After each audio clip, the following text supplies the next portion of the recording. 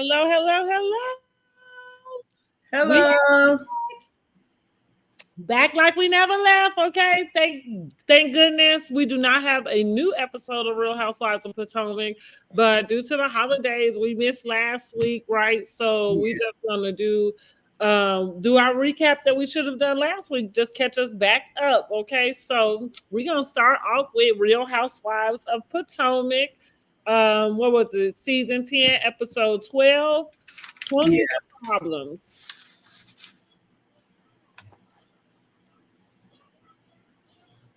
Oh, did you, I didn't know how you was doing it. Yes, I I didn't know. yes, the king. Right, right. Huh? Well, I got married to medicine. Oh, okay. That's fine. All righty. I didn't take many notes because I had already did Married to Medicine. Okay. Okay. So we start out. We're back at the what's it called? The Potomac and Ponies Family Fun Day.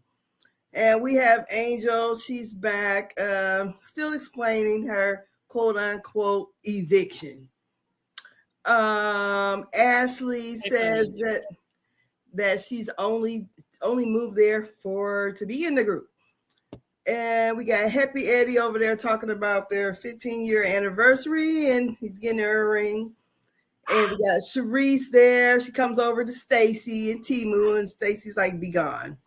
So Timu leaves after being there about a half an hour. And Ashley spills the beans, says she kissed Sharice's son, Jackson. And they have Gaines potato salad on Trump plates, according to Cameron. So what do you think about this scene here? Well, um, none of it really mattered. Let's just get down to Ashley and Jackson. Shanice's son Jackson, right? Mhm. Look, everything else is Potter or whatever, or whatever. Um, what? You know what I'm saying? Like now I just saw a clip with Sharice talking to Carlos King, Yeah. and I'm just gonna say this because I put the comment on there already. Sharice is full of shit. First of all, let me say that because I don't know how you sat there with that girl and you had a straight face. So it does feel like there's a I think Dustin called it like a double back. You know what I mean? Like you was kind of giggling or something. I don't know. Maybe she was just shocked or something. Um, but I thought, ew, first of all, and I was looking at Sharice kind of like, that's all you got for her? You know, and I don't know I don't know what it is you was. I do know what I was because the reason why I'm about to say I don't know what it is you would say is because I don't imagine I have any friend that would dare like kiss one of my sons ever. You know what I mean? Like ever. Like yeah, I have handsome sons. That does not mean they are available to you. But that goes back to this whole thing in this dating world, like where women, I mean, the standards are really low, really That's low. why I said when we talked about Destiny dating Miss Nell's son, I'm like, hell no. Same, yeah, it was the same thing though, right? Yeah, Because I said the same thing with that. It was like, but because that's it your seems like friend, she, you know. yeah, because as we're seeing that Sharice's son was kind of on the show a little bit when he was younger. They made a point to show that, I mean, excuse me, uh, Ashley's age. She's 37, he's 27. So, like, who said they would have took it to their grave? Stacey said that. I wouldn't have never, first of all, I would have never done that. And it does seem like Ashley is very desperate for a storyline. It feels that way because, girl, you are doing a lot and you look crazy doing it. You Yes. know, like talking about one thing led to another. What you mean one thing led to another? He grabbed her hand and, girl, please. Yeah, because that I Yeah. mean, 'cause I agree too. Because it go back to like you just really pointed out. We in season 10. The show's been on 10 years. You met this boy as a child. It's no different if it was a man to get it to a, you know what I mean, to a young lady. And I think people would really be tripping if that would have been so. That's right. That's what I'm Definitely. saying. It's no different. You met this young man as a child. That was a child. So when exactly, even if, because we all have eyes, like I watched people's children grow up, you know, like I mean, now, yeah, I'm around all, you know, all my friends' children are now adults. You know what I'm saying? And so, but I don't. I kind of have like an auntie relationship. Not, and don't get me wrong, so, like and you probably could attest to this, being female, it's not that young men won't have a crush or some sort of like, you know, I mean, they're young boys, you know what I'm saying? So it's not that like it doesn't have anything to do with Ashley being unattractive or anything like that. Like, he is behaving as a 27-year-old boy, you know what I'm saying? Like, you are behaving like a desperate old lady because you don't have enough gumption in yourself to be like, no, you know, I literally, my personal self, I literally have had a friend's son try to pick me up, and yes, have literally had to say to him, absolutely not. Like, you know, that's nuts. That is nuts. Thank God, my friends, we all got girls. I don't know what you think is going on, but not that. You know, you ain't lying. Boy, change your pamper. Right? No, honey. No. As bad as dating your son's friend. You know, like if the sons were old enough. So anyway, I thought I was so shocked by that. I was shocked that Charisse didn't have a little bit more to say. She said she thought it was a joke. She thought it was going to be some kind of punchline to it or something. I don't know. I don't know. Maybe she was caught like a deer in headlights. Maybe she didn't want to do too much on TV too. I don't know. I think they would have had to, girl, honey, I would have acted a fool with her. I ain't even saying that she needed to act a fool. It just felt like you would have more to really kind of act. But this, so to your point, because I heard her tell Carlos King that too, like, oh, I thought it was a joke.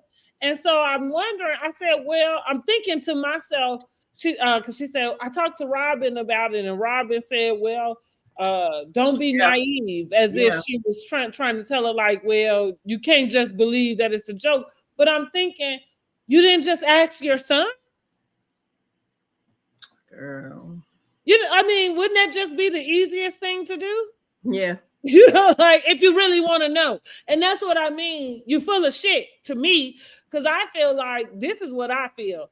Charisse won't back in on Potomac. That's why every time they call her, she coming. I don't give a damn what she say. Now, why she not on there, you know, full time anymore? Whatever. I don't know. Maybe they went on to say on there. She went on to say in the video that he produced with her in the interview. Who produced with her? That Carlos did an interview with her. She went on to say that basically that Giselle and Karen basically iced her out.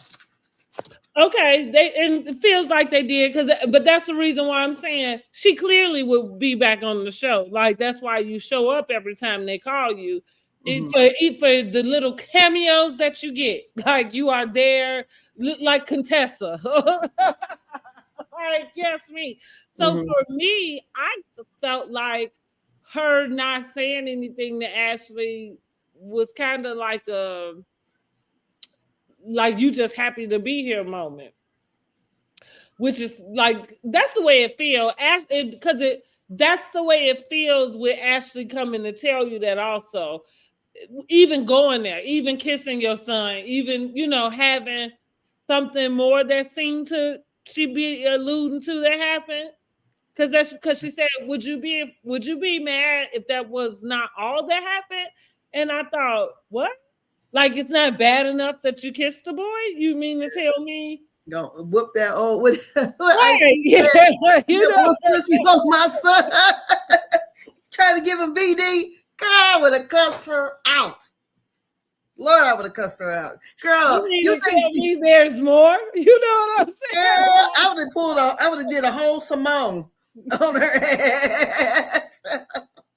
Oh my goodness. I'd have got back on the show. That's it, because that's what, and that's so it felt a little bit like that for me. Like that's the reason why I think Sharice didn't say anything in that moment. Maybe she's just like you too busy, you too thirsty to be on the show.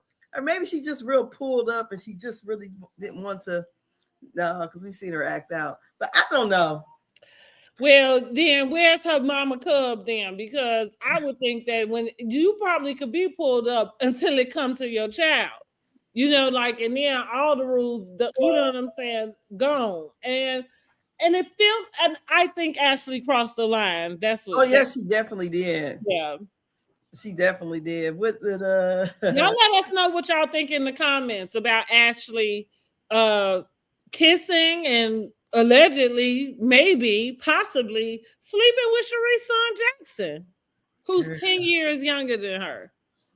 It's not even that. It's that she knew him when he was a teenager. That's what because 10 years, for me, it's about 10. I'll date anybody 10 years younger than me. I'll date someone 10 years older than me. That's kind of my threshold. But I agree. For me, it's you know that boy when he was a child. Like you were introduced to him as a child. You know what I mean? Like not as an adult, but as a child. Because I think there could be a circumstance in which you could be friendly, have a friend, and possibly date their son. And it would be that you are introduced to that person as a full-grown adult. Yeah. Possibly like that's we're talking like a new friendship, because I'm not talking, well, it couldn't be nobody that you grew up with and had this 20-year type of friendship. This has to be a new friendship also, you know what I'm saying?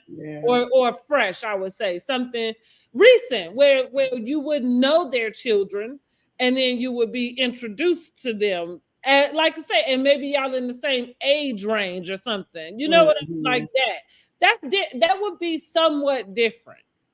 But yeah, this is totally out of line, crossing bounds. Ashley has worked my last fucking nerves this season. Let me say that. Even though I'm just going to get this out the way too. Angel is off the island for me.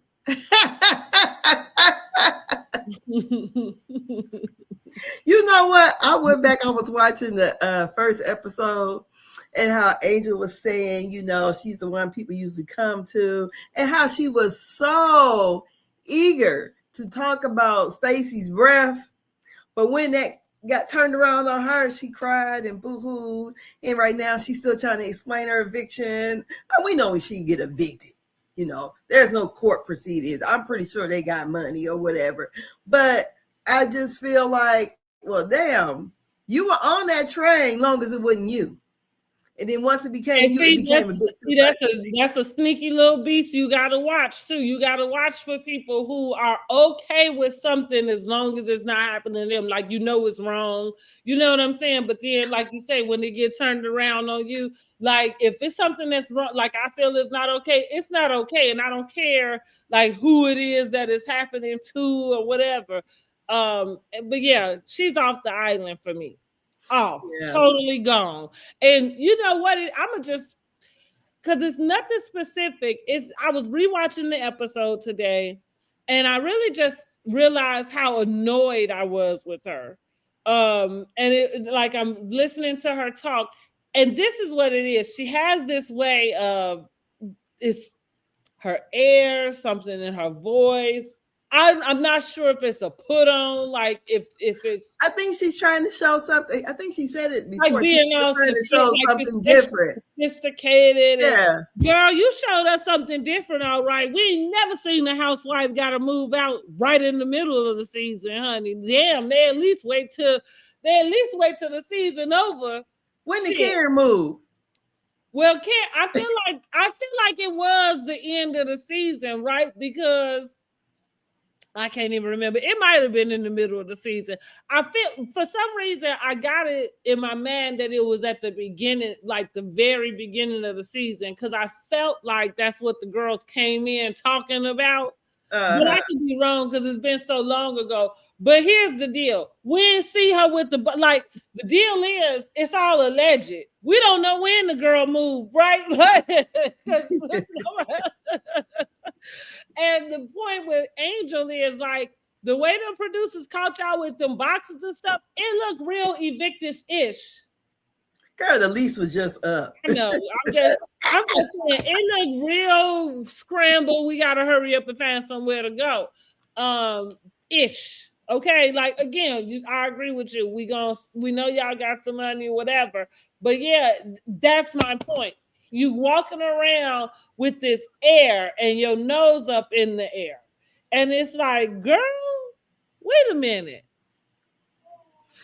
And for something like that to happen, like you saying, we know you haven't been evicted, so we'll take it out of that type of conversation to make it, seem like you can't pay your bills. Yeah. You're not even gonna have that. What we're talking about is the whole overall picture of it. Yes. Even as you explaining it, you're trying to explain it to other people like they crazy.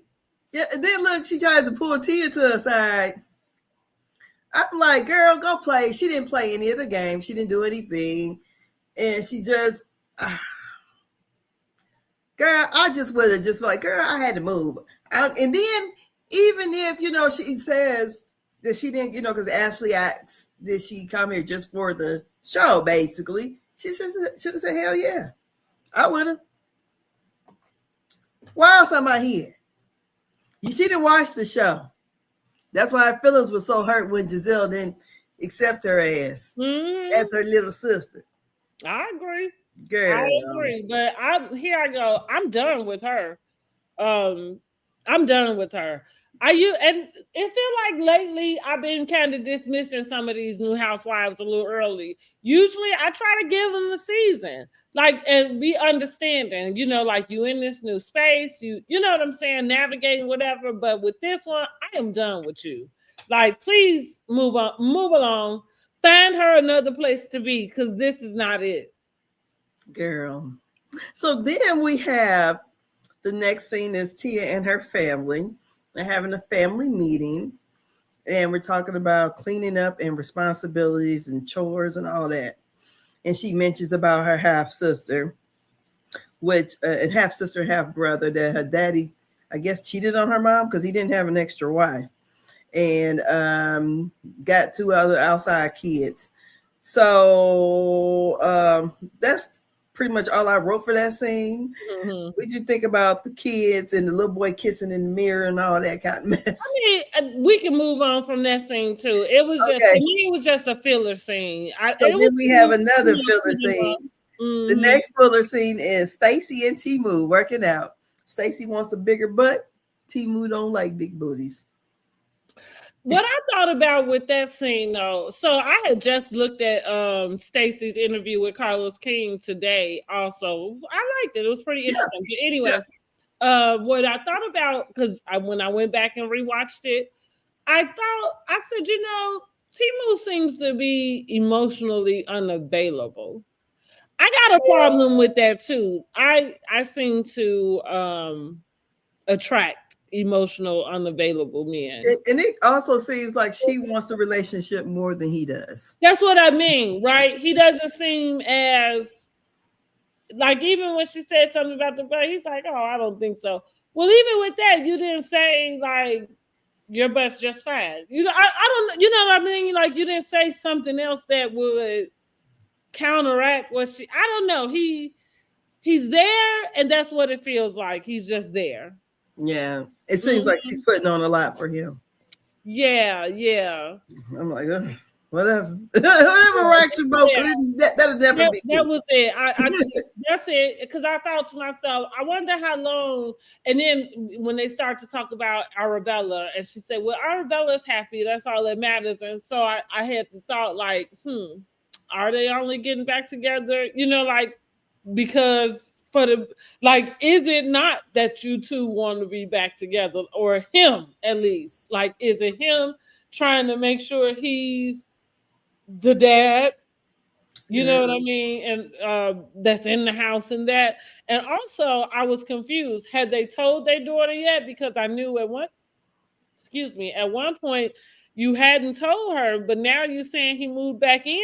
So I'm thinking, well, what does Arabella think? You know what I mean? Daddy's home. She know that. I guess that's right. Is she supposed to be like 9? I think so. Let me go grab some water, y'all. I think so. So yeah, I think she's about 9. I know when my parents got divorced, got separated and then divorced. And in the separation, they got back together. Mm-hmm. But the divorce went through, so they just, we divorced, and they just took off. Okay. So in that situation, this was the early 80s. So it was definitely I think I was 7. So I definitely knew it was up, you know. So I'm pretty sure she's 9. She can make out what's going on. And, parents was divorced. And even in the last scene, they were all together when they was eating pizza. And she was like, us 3 forever. Yeah. So I'm pretty sure she knows what's up. She knows they're filming. She don't look 9. She looked like she's about 12. She's a tall little girl. Yeah, she does. So I'm pretty sure she's a little bit more mature than, the average 9-year-old. And I'm pretty sure she knows what's going on. So after that, we got Angel and her husband. They're moving things. They need to move things to the storage. She's planning the cast trip to Colorado to give them the outdoor experience. I'm like, these girls ain't outdoor women. Let's go back to that. That's why I said, bye-bye, Angel. Bye. Because that's another thing that annoys the hell out of me.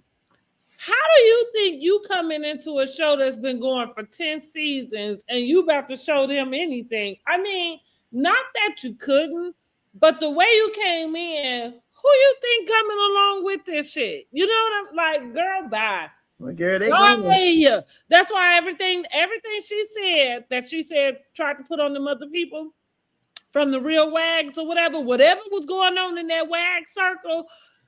Somebody call her, go find the girl who was spreading the rumors, because we want to know. Because I believe that girl. Yeah. I believe that girl. Oh, yeah. How you behaving? I just hate that she gets stuck on one thing. And it's just, because when we go back to going back to the family fun day, she was no fun at all.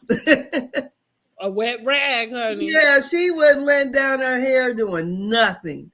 All she wanted, and girl, they had moved on, and she still wants to talk about it. I wouldn't have kept talking about the shit. Let's have fun, shit. Stacey called it right in that interview with Carlos King. Like she said, and look, Stacey ought to run for office, honey, the way she had them diplomatic answers. She used to be, did you know she used to be like a news anchor too? Oh, that fits in, because that's exactly what I'm like. What? Like, she's had to do something else besides QVC. Yes, she's able to just answer those questions and that's diplomatic. You know what I mean? It's like, exactly.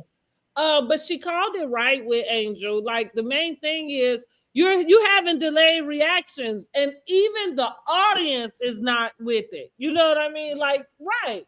Like, you come back a week later. And like, here you is, you still want to talk about that. Like she said, we'd have moved on. We on to the next thing now. You know, like, yes, I don't know. And here you is still stuck here. And so, yeah, it's a no for me, dog. Like, we should call her Angel Delayed and Stuck. That should have been her tagline. Right. Stuck and delayed. Delayed and stuck. Stuck and delayed. Okay. Stuck and delayed. That's her.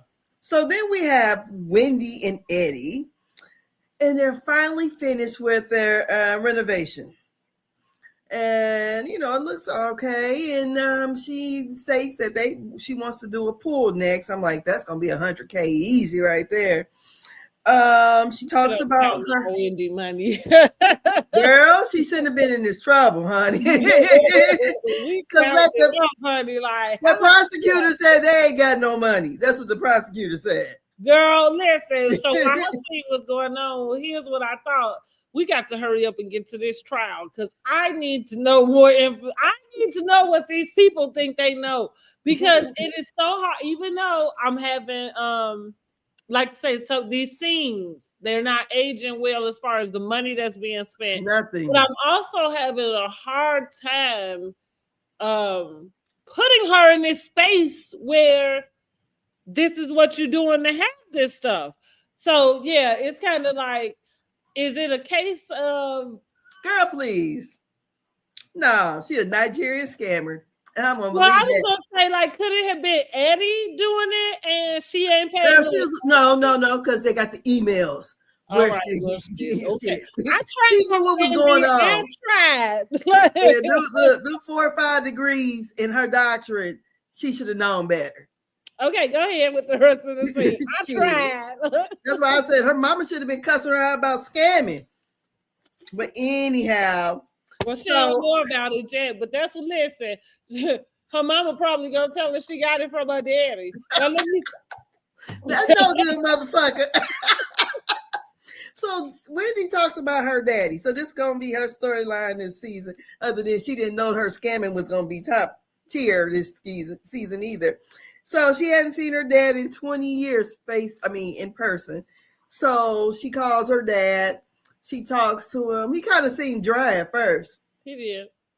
You know, girl, if my daddy would receive me like that, I think I'd have hung up. I'm not even gonna lie. Just like, girl, I am not lying because my dad is one of those overly affection type of guys. You know, if I'm having a problem or whatever, I call my daddy. And because I am a daddy's girl, so if my dad, to me, he just sounded like he didn't really want to talk to her. To me, I mean, I guess that goes without saying. She went all the way to Nigeria, and he didn't bother to make sure he was available for them to visit. So and she was there like almost 30 days, really. And you get a chance. I would have made it my business to see my dad. That's what I would have thought. That's why the rest of the conversation for me was a little strange. Now, I ain't saying that her mama was wrong, wrong for or right for going off the way she did. I don't know, but I get where her mama coming from because I get that too. I kind of felt the same way in a sense just from hearing the conversation. And even what you told us leading up to it, you said you haven't seen him physically in 20 years. You go take the kids to Nigeria and now you done got all the way to Nigeria. I can't imagine what's been going on for y'all to not have to be able to. I thought he was supposed to have been sick. Huh? I thought he was supposed to have been sick. So what did he have? What's that shit that was going around? Well, that's right. What you say? COVID. Okay. Yeah, Ebola. Shit. Imagine how you get all the way there. I could see there being a family that's like, we never been back to Nigeria. We haven't had the opportunity to go back. So no, I haven't seen him and he ain't been able to come here. So you know what I'm saying? That's what it is. But you got all the way there and y'all still ain't seen each other. Yeah. And yeah, I'm gonna put it more off on him because that's another thing too. Like, what's the fuck is wrong with these parents today that just because your children are grown, what make you think that you don't have to still be a parent? Like, you still a fucking dad. Like, so girl, a lot of men just go ahead and you know how these sorry ass men do. Because yes, a lot of them do. They'll help take care of somebody else's kid before they take care of their own. That's the truth. What you got? Okay. So maybe, he got other wives and other kids. So shit. Maybe that is what it is. Hell. He was on to the next one. Hell, didn't their parents get divorced when she was a little kid? Yeah. And she got a new daddy? Yeah, that's what she said. So, I mean, I would leave him be. Yeah. Yeah, I would too. Especially he's not calling me. And that's my point. It's kind of like that's kind of the point. Like, why is it that you are the one that's having to reach out to them? Yeah. Like, it's a lot of parents that kind of have those ideas, and it's so late and dated. I don't even. My mom is one. I remember her telling me about her grandmother, which would be my great grandmother. And so she said, my grandmother never been to my house, like whenever she moved out. So she was like, every time I, wanted to see her, I went to see her. And okay, you know what I mean? Like that, right? I feel like there was a culture in which you did that. You was probably dropping your kids off to them, first of all. You know what I'm saying? Let's tell the truth about why you really was there and why she really didn't have to come to your house. But okay. But at the same time, she was older. And older. But that's what I'm saying. I think that for the time frame she's speaking about, there was a culture for that in which you're right, and families did that. But today, right, Granny didn't drive either. Huh? Probably the grandma didn't drive. Right, and that too. But now, but go back to like while my kids were like coming up, like I had to take mine over there. Like now, once we moved so far, I'm where I'm at. Like we wasn't in the same neighborhood building. Like, cause even my mama Gladys, her and three of her sons all lived in the same building. You know what I'm saying? So it wasn't anything for anybody to go visit. Because if you're not going to visit her directly, thank you, Keisha, you're going to visit somebody else in the building. You know what I'm saying? Like, so it's nothing. So it was just like some things you do or you change with, like if you're gonna sit in a 1950s view, right, and it's 2025, you know what I'm saying? Like you either gonna come up with the times or not. So I'll use myself as an example. I go to my son's house. I don't have a problem with that. Like especially now he's married. Even before he got married, though, him and Clay have been together for some time. And so I remember telling him, thank you so much, that like I didn't want him feeling, pulled between holidays and different things. So when it came to like Thanksgiving or Christmas, every so often, when I can, I try to make sure, thank you, I try to make sure I'm available to come to him. You know what I mean? And that's just that, even though he has no problem with coming. But again, for me, that's to make it easier on him, like, and just to go with the flow. Like, it's not that deep. You know what I'm saying? Like, I don't feel so disrespected if my son don't come, I shouldn't say don't come to my house, because that's not the case, but I'm not sitting here and not gonna see my children unless they come to my, doorstep. Like, I'm not standing on that type of standard, if that makes sense. And even, let's say, I remember talking to their dad about that. Even if we fall out or something, like sitting around waiting on a child to be the adult, like, it's fucking like, are you cool? Do you got all your marbles? Like you said. Yeah. Even when they're adults, they still adult children. You know what I'm like? That's what I'm saying to him. Like, so no matter what and how old my kids get, I will always be the adult in the situation. Like, you know what I'm saying? And I'm the mama. Exactly. And I would always hope to behave as such. You know what I'm saying? So what I mean is, fine. Like, I'm not gonna let too much time go by without calling you. Like, I'm not gonna sit on my high horse. You know what I mean? Like, well, he ain't called me. Like, you sound crazy. Yeah. Right. Like, I mean, my dad would call me maybe 15 times a day. Oh, wow. Yeah. Cute. So, and a lot of times he would just be bored or whatever. So now you don't call as much. So I'm like, okay, you still remember my number? Yeah, I know your number. I was like, okay. But normally he would call a lot, or just call, checking in, I'm bored, whatever. How you doing? Stuff like that. But girl, I don't get that whole thing with her dad or whatever. So I didn't either. So he got a chance to talk to Eddie. He seemed real happy to speak to Eddie. He did. So we on to the next one, talking about daddies. We got Jizzy in here with the Brain Tumor Society. I don't know. They're talking about donations and whatever they Cute scene, Giselle always have the fluff scenes, like Stacey called it. She say Giselle get away with anything. Like, yes, because you know what my thing is with film a whole nother dating show. Nobody cares. My thing with Giselle and this whole daddy and stepmother will and all that, like how long were they married? I wonder. Oh, I don't know. Because my thing is, I dare my dang old stepdaughter to question me about a damn will. I'm just being for real. Hey, and I can see if he was married to the lady less than, 5 years or something. But other than that, they were married a long time. I don't feel like that. The way I split up the money and the way me and him discuss or whatever, that's our business. It has nothing to do with you. I'm sorry. I agree with that.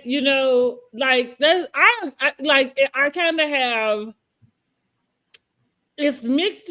It's a mixed review because I don't have all the information about that other party. Like I don't feel like we have all the information about just what's what outside of Giselle kind of saying they believe the will was changed. Like whatever the will said, she seemed to not agree with it. And even with that, I don't, unless I missed it or forgot, I don't feel like we have any details about that. I'm like, is he some kind of millionaire or something? Right, that's what I'm saying. So that's what I mean. Like, I'm feeling like I don't really know where to stand on it because I feel like I don't have enough information about it to say one thing is right or not. But ultimately, what I would just say is like I said before, I wish people would just do the right thing. And so what that means in a sense, just putting it plain, is make it where his daughter does feel whole. But you made up a good point about there being other siblings. So it's like this big gaping hole. It's like we getting a piece of information, but none of it makes sense because we don't have anything from the other people that should be involved. Because wouldn't it be you and your siblings that are fighting this? It just sounds like she's all about her and her children. And I'm like, well, how much money did this man have? And how long was he married to her? And did he and her have any children together? Because I definitely would say it would be my thought, and this is because I've had to have this thought already. So I'm not even talking something, and we ain't nobody no millionaire, so I don't know if it was millions, but you might have to just let it be. You know what I mean? Like what I had to really, what I praise God and thank God for is that my blessing is not coming from the death of somebody. Exactly. Now, you know what I'm saying? So if somebody is doing whatever they're doing to try to get whatever they got to get, and it's, through the passing of this person, then let them have it. You know what I mean? Because if it would have been properties or stuff or anything like that, he would have gave it to her before he passed. Yeah, right. But so you see what I'm saying? Like somebody who, if you manipulating wheels and shit after the case, you know what I mean? It's kind of like, and that's just kind of my demeanor. I don't even want to be bothered with none of, you know what I'm saying? With none of that, because like, that's the good thing about God making everything good. You know what I'm saying? Like, because even in spite of that, like he can still turn that all around and make it good for you and your girls. Like, so sometimes I don't know if the fight is worth it. I probably would just feel like, oh, well, I mean, I don't know. But again, I don't know what that means for me to say that. I don't know what you walking away from. You know what I mean? I don't know, I just don't know either. Yeah. So the next scene is Kay and Greg. Picture frame. Girl, houses and mortgages. Do you know what I thought about with that picture frame? Huh? Have you watched Girlfriends? I ain't gonna be able to put it together. Oh, What episode is okay, because I watched it recently. That's why I'm like, it? but it reminded me of William when he was getting married. To which one? To Monica. Okay, the last one. Okay. And so Joan asked him what did he get her for a wedding gift, and he said he had got her a letter opener from Tiffany's. That would have been better than this picture frame from this fucking jewelry store. You could have at least got it wrapped up in the Tiffany box. I mean, damn.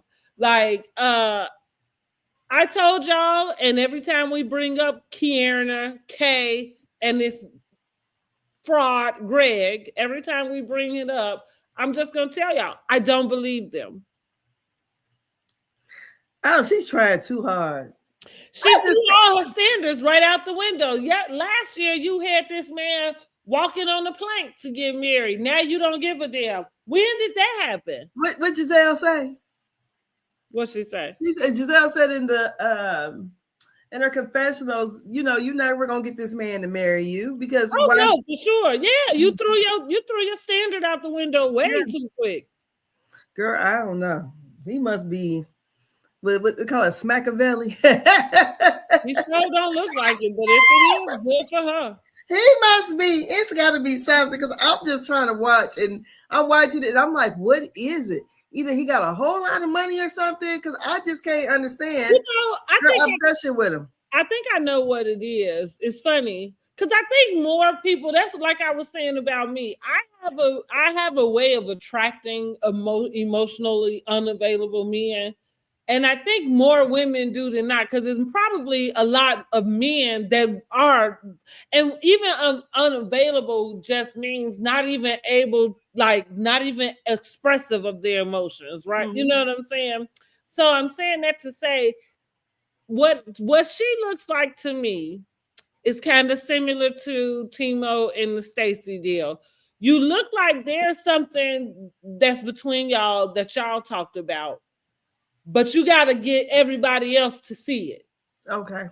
Mm-hmm. You know what I'm saying? And that's where it looked like it's not working. And so to your point, it's like the only reason why any of us have any of these ideas is because that's what you gave us. You know what I'm saying? Like we don't know neither one of y'all. So you didn't have to tell us any of this, but now that you have, here we are. So that's like to say, last year you was ready to get this ring. All of a sudden this year, you moving right back in this man's house with nothing. And here's the deal. Nothing's changed. So why was it that you moved out again? Well, she got a condo out of it. Did she get a condo, honey? She said the deed is in her name. I thought she bought her own condo. She didn't buy her own. That condo. She was renting it. Whatever he bought her is in her name. So then she asked about the house, and he said maybe 5 years they should be moving. And she asked about having her name on the deed. On the deed. Guess what? Going back to that's some extrinsic stuff. Like that's not even something you need to discuss on national television. Yeah, you know what I'm saying? Like if you're trying to prove, that's not nobody's business around. Not nobody in that room. Not nobody, out in the streets. Like that ain't she's trying to prove that she getting something out of this, girl. That's right. That's what I'm saying. That's for everybody else. So that's what I'm saying. Like it's like whatever it is, you seem to be happy with, because whatever happens in private, right? Whatever takes place, whatever y'all conversations are, whatever. But on the flip side, you trying to convince us of it. Good luck with that, girl, because I don't believe it. Yes. So then we have Tia and her half sister. And let's go back to that lame ass picture frame. I think that was for me, that was the cherry on top that proved it, because even you went to a jewelry store and you walked out of that mother effer with a picture frame. So he actually bought the frame for the jewelry store, or he bought the frame from the box? I don't know. I thought for some reason I put my man with the bag and stuff that they showed with the name that was on, but maybe that was just me going too far. But I thought that's the reason why they showed it. I thought they was being significant about why they showed that bag. But I could be wrong about that, y'all. I could be wrong. I know she did something like a little reel on Instagram about some kind of picture frame or something. Got to well, but here's like that's what I'm saying. Probably from that jewelry store or something. But that's what I'm saying. Like that, I thought that they did correlate that it was from there, but I could be wrong. But again, I don't give a damn what store you walk in. Walmart. You walked out of there with a picture frame, like, girl. For you as a gift, you know what I'm saying? A picture frame with no picture in it, by the way. You know, because it would be different if you had it all put together with some sort of picture that you had, I don't know, inadvertently taken of y'all. Anyway, so yeah. I guess when they're going to get pictures taken for real this time. Left that scene on the cutting room floor. Yeah, they could have. And Kiana, you should be embarrassed. I am embarrassed for you. That's the second hand. That's why I'm saying she looks so desperate trying to get this man, and it's just, I don't know. You are just selling your soul. Yes, because I can't see it. Because she's a pretty girl. In your words, right? For a condo. Well, so you can go and tell somebody, well, at least I got a condo out of it, girl. Mending that heart back together is gonna say like, I got the condo, not too much. But anyways, that's all I got out of that. And then we got Tia and her half sister Amira. They're meeting for lunch, dinner, or something, and they talk about their family issues or whatever. I don't know. That's about. I didn't really pay attention.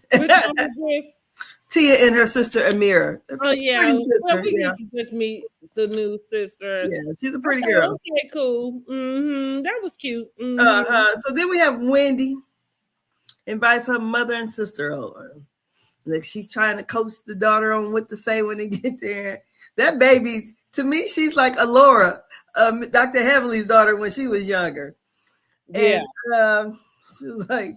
So this mother and the sister comes over with another lady who had to leave early. And they're looking at the house, and Wendy got black toilet paper. She did something different when that ass hit the black toilet paper, and the mama was wondering if she was going to get BV or something. I ain't mad at her for asking. I would have not wanted to know too. I am not mad at that. Like, what kind of die on here? Like, exactly. Because not for nothing, and not to be too far in the business, but I can't use like the cottonelle, a lot of stuff with a lot of cottonness. So, I'm a Scott girl. Give me Scott. Ooh, I don't like that. I know, but I can't have all that extra shit on myself.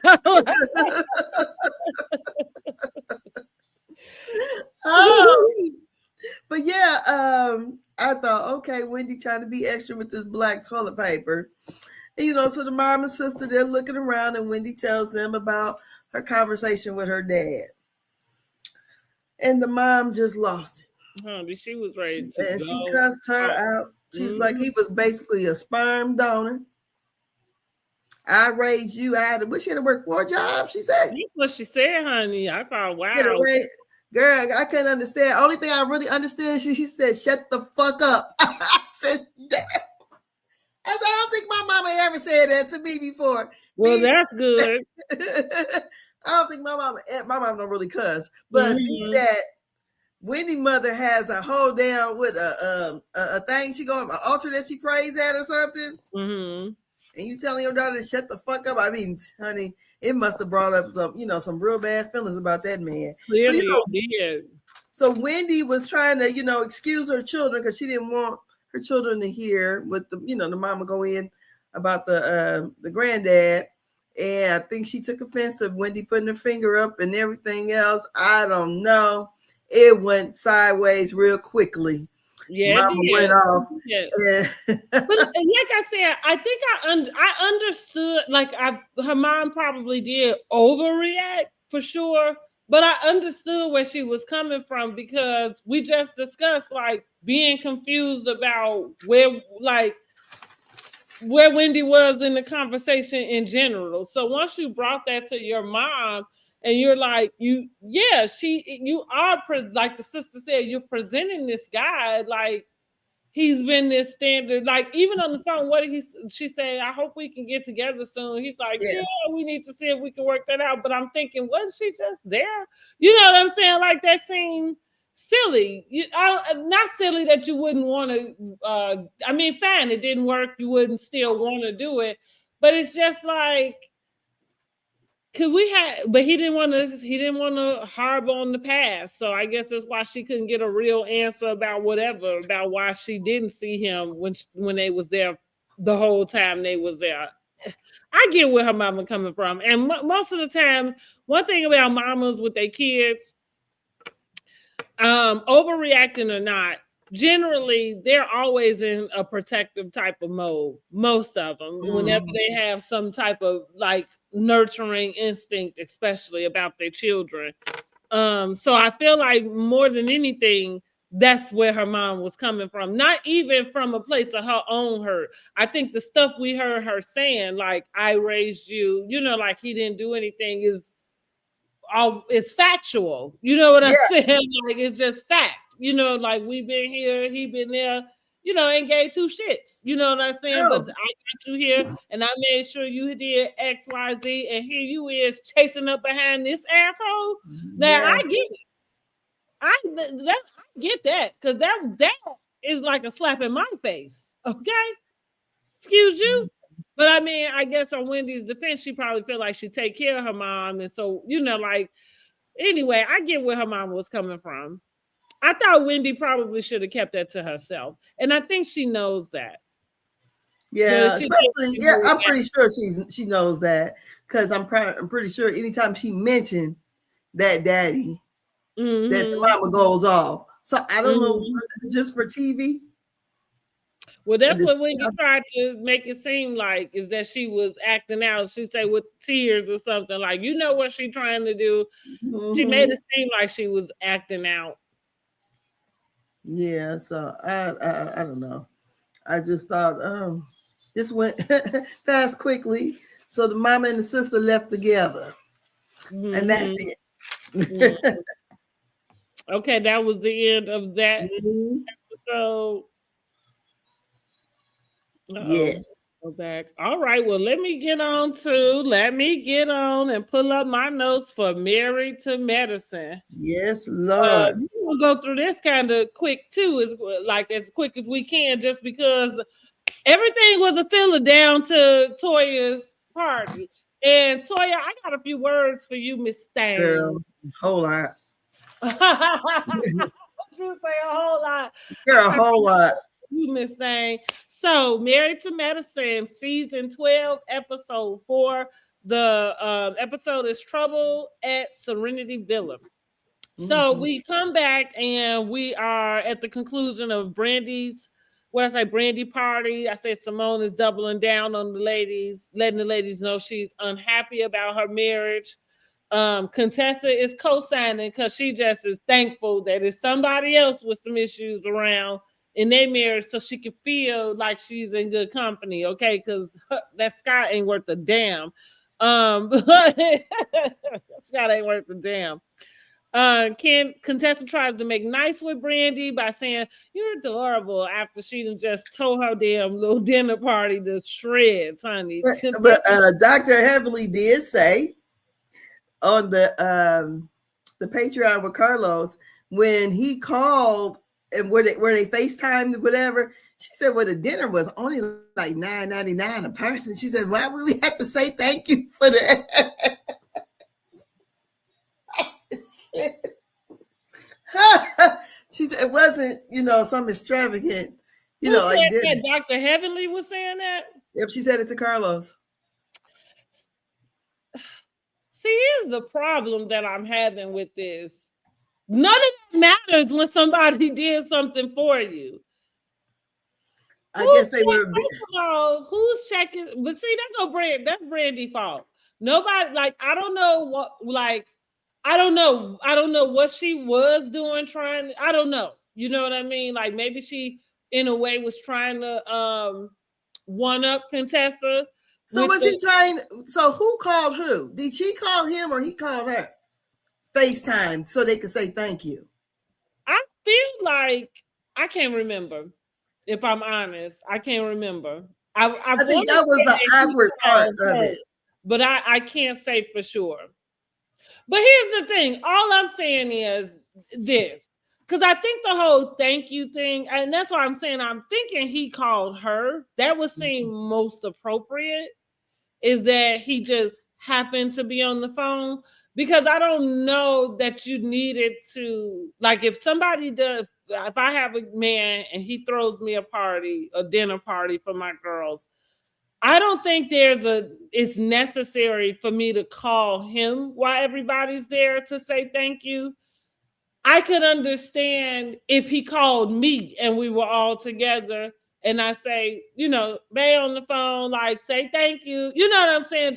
So y'all just say thank you. Like I said, in general, it's just because he picked up the tab. Now, the deal is when you get into like who's looking at a tab that you don't plan on paying for? That's number one. Like I don't look at no receipt that I'm not paying. Like if I'm not paying, I don't need to know what the price is, do I? I'm thinking the menu. You see what the food costs. Well, did everybody order their own, or was it pre-selected for them? So like that's what we going into. That's like it's these details. I don't think it's really like this pre-selected. man did something nice for all you heifers. So yeah, just say thanks. Thanks for the thought. And it doesn't take that much. Like for you to be putting a dollar amount on your thank you, y'all sound crazy. That's all. Ungrateful and crazy. Because $9.99 in person or not, he ain't have to do shit. How about that? Yeah. They could have paid for their own. And they could have, right? Because I'm not saying they would have been missing out on the damn thing. I'm just saying he thought about it and he did. So that is manners. You know what I mean? That's the appropriate thing to do is say thank you. That's all. I don't know, like getting into the, I think it must have been a downgrade for where they probably would have ate at. I think so. Maybe so. But that's what I say. Maybe that's Brandy's fault. Maybe she went too far to do a one-up on Contessa or something. I don't know. Like, because how they ended up there in the first place, who knows? If that's her favorite, like, you know what I mean? Who knows? But yeah. I'm for Dr. Heavenly, and not that crass is anything Dr. Heavenly knows that she's not, or because she is. I'm just saying that's crass. That's so crass. A little bit. Okay. Yeah. Just say thank you and move on.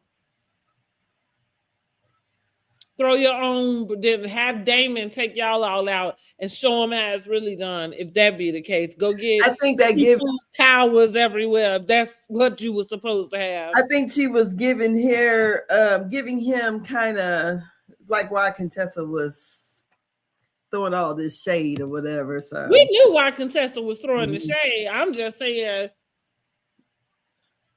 I think that's crass to do that. And I thought Contessa was crass, and I thought it was rude for her to turn around and then try to make friends, to make it seem like I'm just playing. Like, girl, you a hater. Like, you are a grade A hater. And the only thing is, you're really mad that your husband didn't even think to do that. Let alone whatever it is you know what I'm saying? Like, you feel like you able to do. But as little as you tried to diminish that, your man didn't even do that. So Contessa need to focus on that. Okay, but next thing, Eugene and Toya, they walking and talking. Toya brings up the boys sleeping late. It's summer break. They sleeping late, talking about they had their blackout curtains. Baby, them blackout curtains is heaven sent. Yes, you will be sleeping all day. Yes, you will be. You will not know the morning from the night fooling with them doggone blackout curtains. I love them. Eugene make a joke saying he wondered if that's why boys grew in the summer, which I thought that was a great observation. Me being the mom of 3 boys, they do like. It's so funny that I couldn't even put 2 and 2 together, but it do seem like it happened like that. Like they go to bed one night and it's like they one size, and I don't know. All of a sudden you're like, Like I'll never forget. I was look fucking there, Sean. All of a sudden, I stopped because I'm like, "Am I looking up?" Like, That's exactly what we were talking about with my grandson. Because last year he was like at my shoulder, and now I'm like, and his voice has gotten deeper. Because my mom was like, "Oh man, it's time." Yes, and he's 12, so yeah, he's at that age where he grew real quickly. But usually, as soon as he come home from school, because he comes here after school, he goes straight to sleep. That's what he does, go straight to sleep. So, but yeah, I thought that was a good observation too. They discussed his work schedule and moving into Scott and Contessa's building, which Toya said is a negative. She said Contessa saved all the good space for herself and was gonna stick Eugene in the storage by the bathroom. And look, I believe every word. Yes. I don't think it would have worked out well anyways. I don't either. Not with them being on the show. That would have became somebody's storyline. Definitely. And they would have always trying to be contestants anyway, but yeah, I don't think it would have worked out either. So she said they're not gonna do that. Toya begins to question why Eugene is taking jobs out of town. Eugene is trying to explain. I was listening hard because girl, I was trying to understand also. You know what I'm saying? Like, okay, so what I understood Eugene to be saying is that he's working less, but he has to work the jobs out of town, which still keeps him away from home. But he's making more. And he's not making any more money. Oh, he is making more. He is making more. Yes. All right, he's working less, making more money, and it just required him to be away from home. Yes. But if he was at home, he would be gone from home the same amount of time is more. What he said. Or more. Yes. What I got outside of trying to understand that little rigmarole and what he was saying, I got frustrated with Toya not quite understanding why he would need more money. And maybe she'll be able to explain this a little bit also. Like I think she did an interview, or maybe by the time we get to the reunion. But I feel like for me, it's almost like there was something he wasn't trying to say, like maybe you spending all the money on these Birkin bags. Yeah, he said you can't have your cake and eat it too. Yeah, and the houses and the building of this, and I mean, who like. While Toya uses this as a flex, I think the idea and what she's missing when it comes to Dr. Heavenly and most regular people is kind of like, who builds 2 and 3 homes in a lifetime? First of all, you know what I'm saying? I mean, but some people do, but I think she's trying to flex on the wrong people. And well, that's it too. That's if they wanted it down to that when we get to the part. That's exactly my observation. But what I mean is like, actually, so some people do, and I don't know about build. I think the only one, like, and I'm going just sticking in housewife universe, the only person I know that has build really is Heather. And her husband is the guy from the surgeon from Botched. Oh, yeah. Is that what they do? Huh? Okay, see, and that's what I had said. You know, Eugene is not no plastic surgeon or whatever. Yeah, and like so, you know, so I know that they've built, and especially since she's been on Orange County, maybe 3 homes, but not in like right. They circumstances don't look the same as Toya and Eugene's. That's number one. He's not making millions of dollars.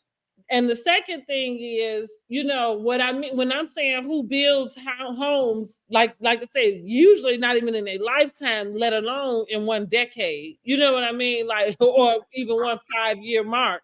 You know what I'm saying, right? Especially houses that are basically almost the same. You know what I'm saying? Right. Because you know, you have your starter home. You might have built a small starter home, maybe. Well, it doesn't give stability. Yeah, that's kind of what I'm getting to, is that you all don't seem that you don't look like you're stable to me. No. And again, it's not because Toya getting some money. So that's what I think. That's what I saw. She said she put $600,000 to $600,000 down payment down.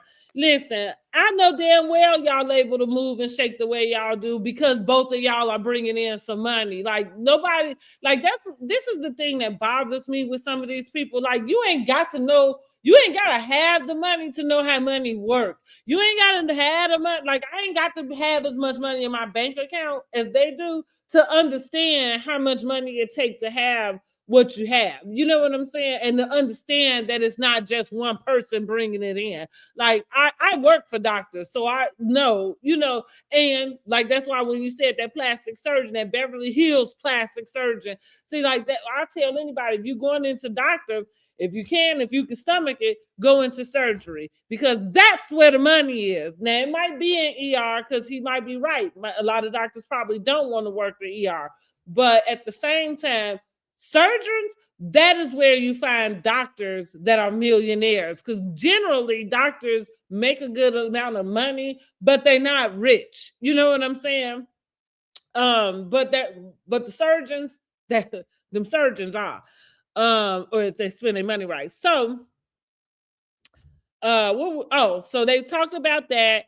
I tried to understand, but like I said, I think for me, it was like I didn't like the way Toya was talking to him on that bridge. First of all, so that was kind of because she said answer the question, and I thought, damn, who you talking to? Like that. Look, I said that as if she said it to me because that's kind of I was like, which who you talking to? Where is little Jamie?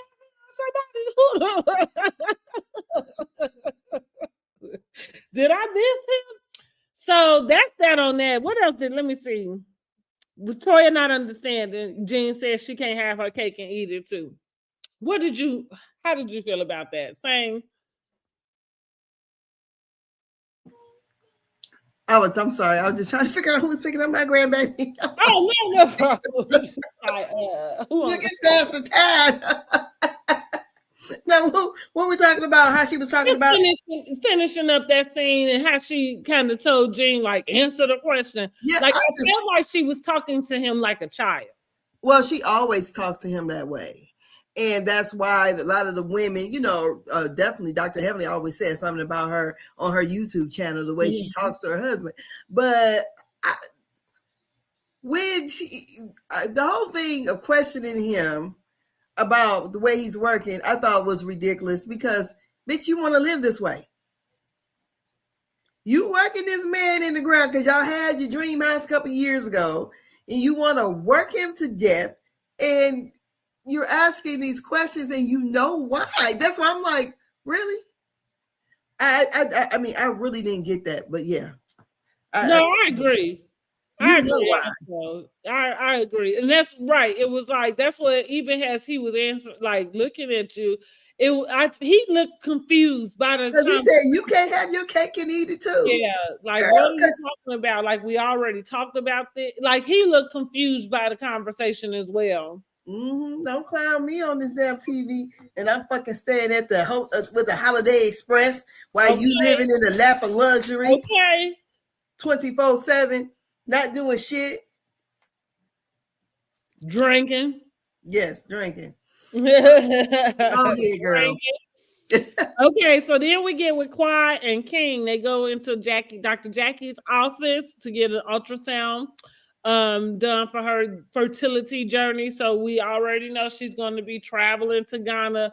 Quad is so fucking extra to me because I don't know why. I don't know. Clearly there's some reason, why she's going to Ghana to have her eggs retrieved there and having Dr. Jackie do all of the state. I think somebody got pregnant. Somebody she know or something had a success story in Ghana.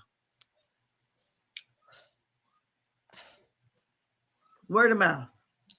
But I think it's the logistics for me. You didn't know, like all of the fucking 40 and 50-year-olds running around here in the States carrying babies.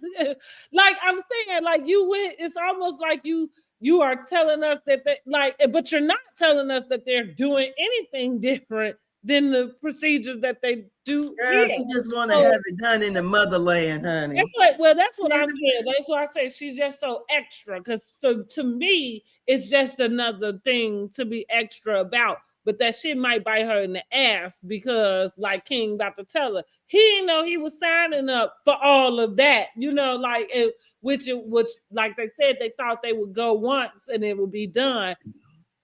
La-di-da. Like, no, you didn't talk to anybody else about it. You know what I'm saying? Nobody. Because, that's not really the way that, happens for most people. So, so that is, I think what she said, this is their third trip or something to go back. Anyway, so Dr. Jackie is doing the ultrasound. I was a little uncomfortable by her interest in King. I don't understand none of that. So as they was coming in, she done pushed Quad out the way so that the girl, that the lady could meet King. And not for nothing. Like, are the girls, like, what's wrong with them over there? Because King ain't all that either. Girl, they just doing something for TV. Got to be. Okay, got to be. And then with the text, she was from Jamaica too. With Quad said, "What you trying to set them up?" Right, yeah. Right, like I didn't understand what was happening in that moment. Talking about we can check out. It was like she was flirting with him. I thought she was just being funny. Girl, Jackie hooked on Curtis. Yeah, she need to act more like it because I didn't know why he said I didn't know why she was acting that type of way. And like I said, he really not all that. Not to me anyway. He's clearly not my type. I like dark. Now, don't get me. I like tall, dark, and handsome, but I mean, he's just regular for me. He's just regular. He knows what a uterus does. Good for King. I don't think many men could. Oh no, excuse me, not the uterus. He knows what the cervix does. That's what they were measuring, her cervix. And so, what is that for? And he answered the question before the doctor could. Lord Jesus, how deep and how thick are the walls? One thing about it with these men, honey, the way y'all want to climb up in these people's vaginas, you should know something about it. But they know. I'm just saying, you should though. They just know to put it in there. That's what I'm saying. You should find out what's happening. You know what I'm saying? Like you should find out about it. Go on and look up the diagram. Like find out. Right. What's an ovary, motherfucker? All right, let's get on to Dr. Steve, Steve and Dr. Mimi. Yes. Now, this was a very touching scene. They're in the car with their kids, and I don't remember what they were discussing because I'm just going to get Summer camp, okay, for the kids. And during that conversation they were having, they have a son. I think the daughter is 8, the son is 7, or is it the other way around? The son is older. Okay, so the son might be 8, the daughter is 7. And he has been diagnosed with autism at 18 months. And in the middle of this conversation, they had a real moment where he hit his sister. His sister started crying. I think she was overdoing it. Girl, she was putting on. I thought it was. Listen, man, I felt bad for her. Hit her that hard. She was being like really, really baby. Dramatic. I was a little annoyed by that. Yes. But here's the thing. Here's what I like that scene really. I love when we get our moments of like just Real life. true reality. You know what I mean? Like in the sense of nobody could really have planned for that to happen. And to watch them kind of the way that they handled it. So he stopped the car, Steve did. He went around to, I think, did he go to his son? And I think the mom went, or no, maybe he went and grabbed the daughter and pulled her in the front car, in the front seat. And then mom came on around the back and got in the back with her son. But they first made him apologize and made them hug. And what she was saying is that just having the special needs kid is not just like whatever the special needs of your child is, but how effective it is through the whole house, like them for their relationship and then the sibling relationship also. Because that's like I was saying, I felt like she was putting on, and it was kind of like your brother, like, you know what I'm saying, didn't mean it, or he meant it. Not that he didn't hurt you, but I'm thinking she was making sure he get in trouble. Yeah, that's right. Yeah, it was a little. Girl, she was putting on. Mm-hmm. Yeah, I said, look at this. She's gonna make sure he get a whooping. You know, because that was just a gentle situation, and my heart went out to them because I don't know how. I don't know how difficult those things can be, and as difficult as what any of us go through who don't have any special need children.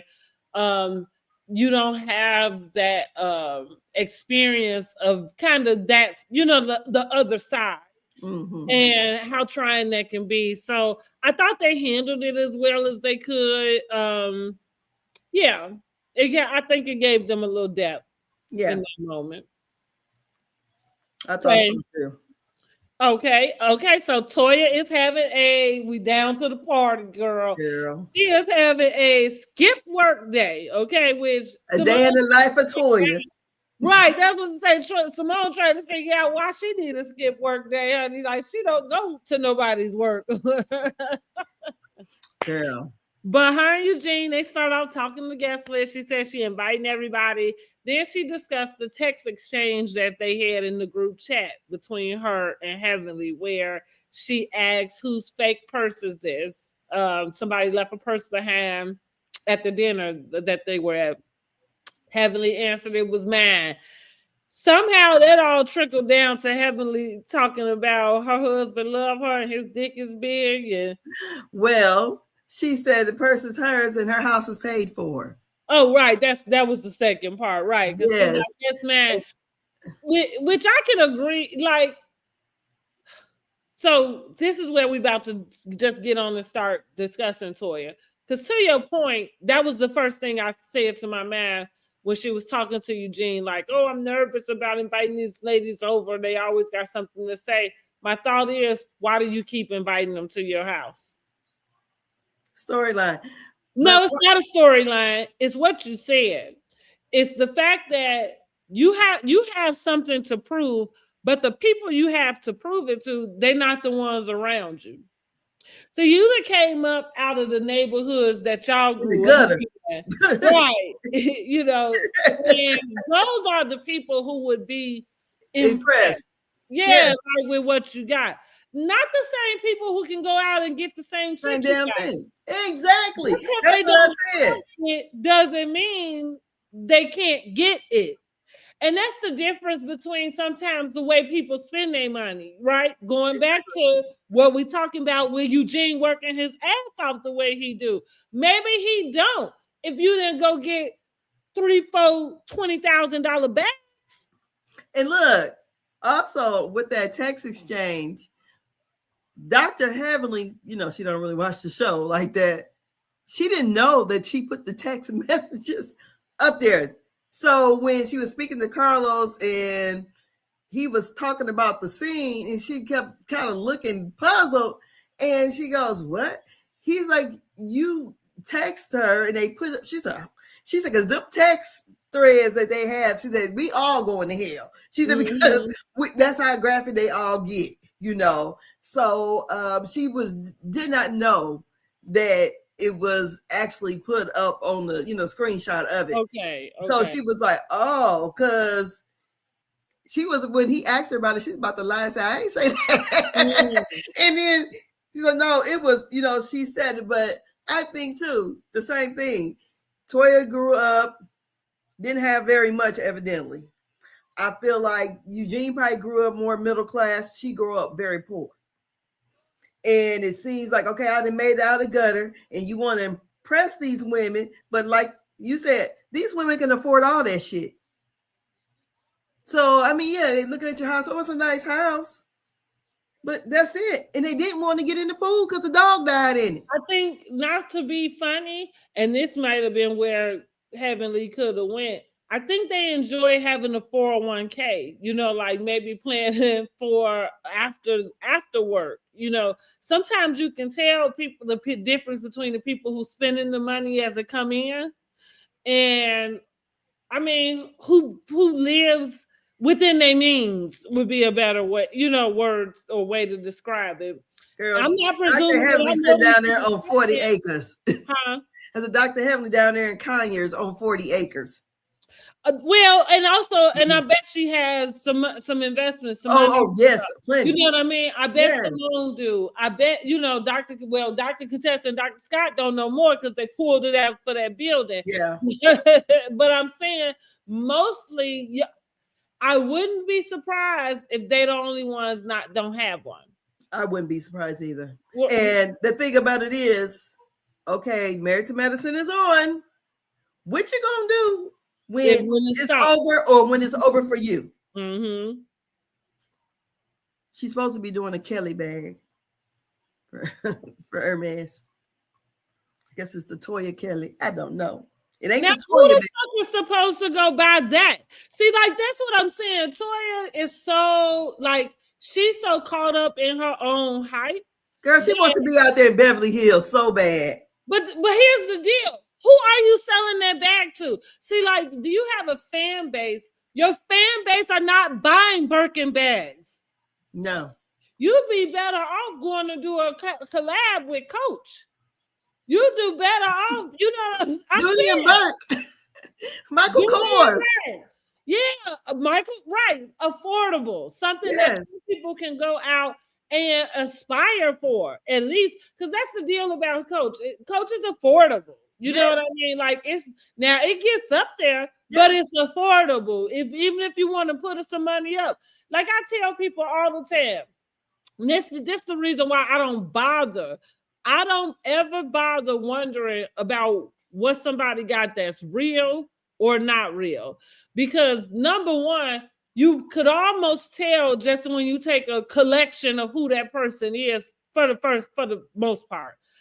When you think about a Birkin bag, I feel like the little bitty small one, and it wasn't, Toya had a big one, it's probably like $10,000 by itself. Like the one that the celebrities go get their kids, right? Like, and then the feat that you have to go through, because Candy was going to just buy her daughter a Birkin bag and she couldn't. They said, no, there's levels to it. Because she's like, oh, just go and get it. I got the money. I can do it.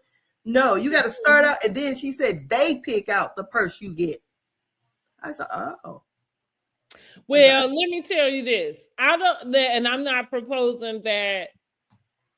I mean, of course, we know Candy got money, but what I'm just gonna say, money talks, right? Like, money talks. You might have a stylist. You might it is some crazy ass shit to work around getting them back. She said she got Toya says she has a guy. Right, that's what I mean. Like, it's some crazy little shit to get in those bags. So I'm saying what one person might go through, another person might not go through to get their bag. That's it, and that's that. But my point in general, and that's because I love handbags, but I'm gonna always be a Coach girly, just like Red Lobster is gonna always be my favorite restaurant. I don't give a damn how many high-end restaurants I go to. I'm never going to forget where I came from. And Red Lobster is still it for me. I don't get crab legs from there. I just want y'all to know. But everything else I will eat. Like, them crab legs be honey. Like, look. Anyway. So I'm saying this to say, We're going back. Oh, when you are carrying around a handbag that's 10, 20, 30, and $40,000, your handbag, right? Do you know to be able to carry a bag comfortably for $40,000, how much money your life costs? Yes, and how much money you Your should have in the bank? handbag to cost that, we talking a whole people drive cars for $40,000. You know what I mean? So like you could easily add a person's life up if it was that important. So I'm saying that to say I don't really get into fodder about who has something real or not. So I thought she was crass for whose fake bag is this anyway, because to go back to what we said, I'm not sure that there's anybody in the circle you traveling in on that show that can't go and get them a Balenciaga, because that wasn't a Hermes. First of all, you know what I mean. You know what? When she did get her little Birkin bag and had that party, remember Dr. Simone said that's a private joy. That's right. Mm-hmm. And it is because it's just what I just explained. Do you know how much your life has to cost for your handbag to be worth that much money? Your handbag. That's like walking on $10,000 shoes. You know how much your life has to be costing you for you to walk on something that costs $10,000? And don't forget, Toya was just a school teacher, honey, and her husband's a doctor. And so, and that's the other part about her needing this validation with these labels and things. Like Audra just came in too hot, but she did call her out just to say, like you said, who are you trying to impress in this circle? Exactly. Like it doesn't have to, like every time Jackie come in, you clocking who ain't got this on, who ain't got that on. I'm not mad at Jackie for not spending $300 on a t-shirt. For what? So you can see that at Chanel? Bitch, fuck you. And a lot of times she probably Dr. Jackie probably wear her stuff where you don't see the brand name on it anyway. Dr. Jackie got Louis on. Mm-hmm. I feel like that, but it's no different than anybody else. People spend their money where they want to. Number one, not everybody has the same values in certain things. And clothing could be one of them because, like, I mean, but I don't like it when the logo is on all over it. I don't like that. It's kind of I can go either way. It depends, right? It depends. Everything I wear doesn't have to have the logo. It can have it on the tag. That's what I'm about to say. It depends on what it is. But here's the other part. I don't foresee myself buying a plain white T-shirt with a C on it just because it's Chanel. I could go get a Hanes T-shirt. I mean, or a T-shirt from anywhere else. Like, you know what I mean? Like it doesn't have to be a Louis Vuitton, T-shirt. You know what I'm saying? Like it has, like, for me, things are relative. But here's the other part that I can admit to. I don't have that type of money. I feel like I would be that way whether I did or didn't, just because that's not where my value is not in that. My value is not in what somebody else knows I have.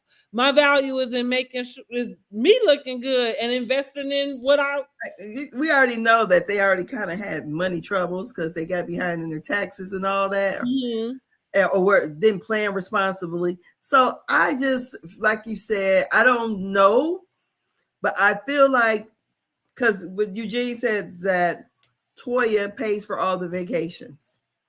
So it sounds like Eugene take care of the house. And that's why he's working around the clock. And I'm like, bitch, what do you don't get out of that? I mean, which any man would, though. Well, you already not talking to him like he the man of the house, but I'm just like he the little boy of the house. Okay, but I feel like, so that makes sense, right? Because that's what I mean in a way of, we understand that you bringing in money too, but we are watching your lifestyle, right? And again, he's just an ER doctor. Like, he's just an ER doctor. Exactly. Around the clock. Yeah, you probably are making more money than him. He said she was. Yeah, from being on the show. Like, exactly. That's okay. you know, but that's how we able to understand why y'all been able to pick up and move from this, going back to being able to do that. Because going back to what I said, money talk, right? So as long as Exactly, you but got your damn credit in a particular place, your ads probably can lose out on 40,000 here, lose out on this over here, because you ain't even, you know. And I feel like they did do that before on one of their houses, or was about to. But anyway, yeah, the thing of it is too. Also, since her income is mainly of the shows, you know, I don't know what else she probably got a little investment in. Let Dr. Heavenly said that wine deal is like money off social media. Huh? Hopefully she making some money off social media. I don't know. Dr. Heavenly was saying that that wine brand is just like her being a Avon salesman. Basically, it's not her brand. You know, she just you know, but to think long term, because Toya is what, she 49, about to be 50. Girl, how long do you think the show's gonna go? Yeah. What you gonna do? Because if this your main source of income, all them doctor ladies, they still are being doctors. Or work, or get to something where you can work on paying something off. Like that's what going back to me talking about the moving and stuff. Like, you don't appear stable. Just being able to go and get, like, I think sometimes people forget, and like, you know, just all of what we're talking about, like how you date, the man you choose, you know what I mean? Like, none of this stuff adds up. So with her, with these moves, yeah, y'all, it seems like you're still having financial troubles.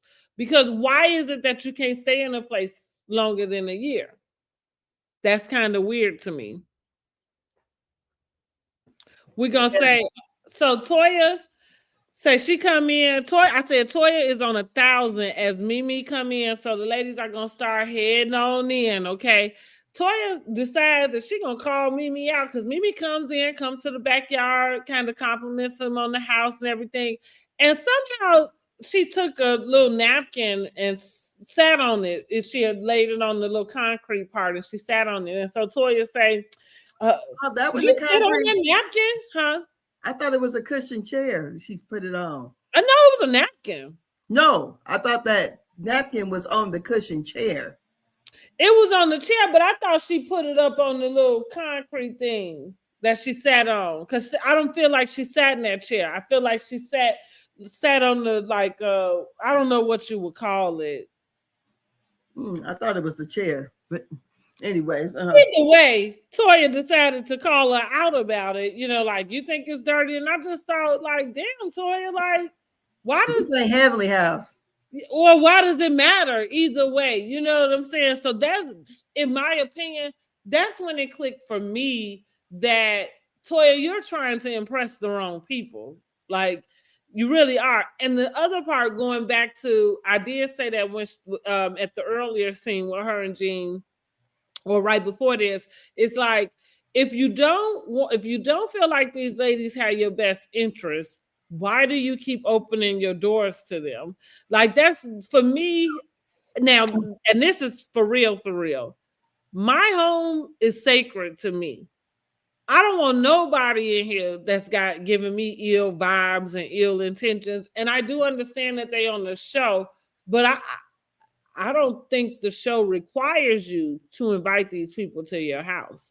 Like, there are plenty of things you can do. I feel like she invites them to her house because it's right. It's your show off moment, right? Yeah. And so take the good with the bad. In the words of Eugene, you can't have your cake and eat it too. You inviting snakes into your house. Why are you surprised when you get bit?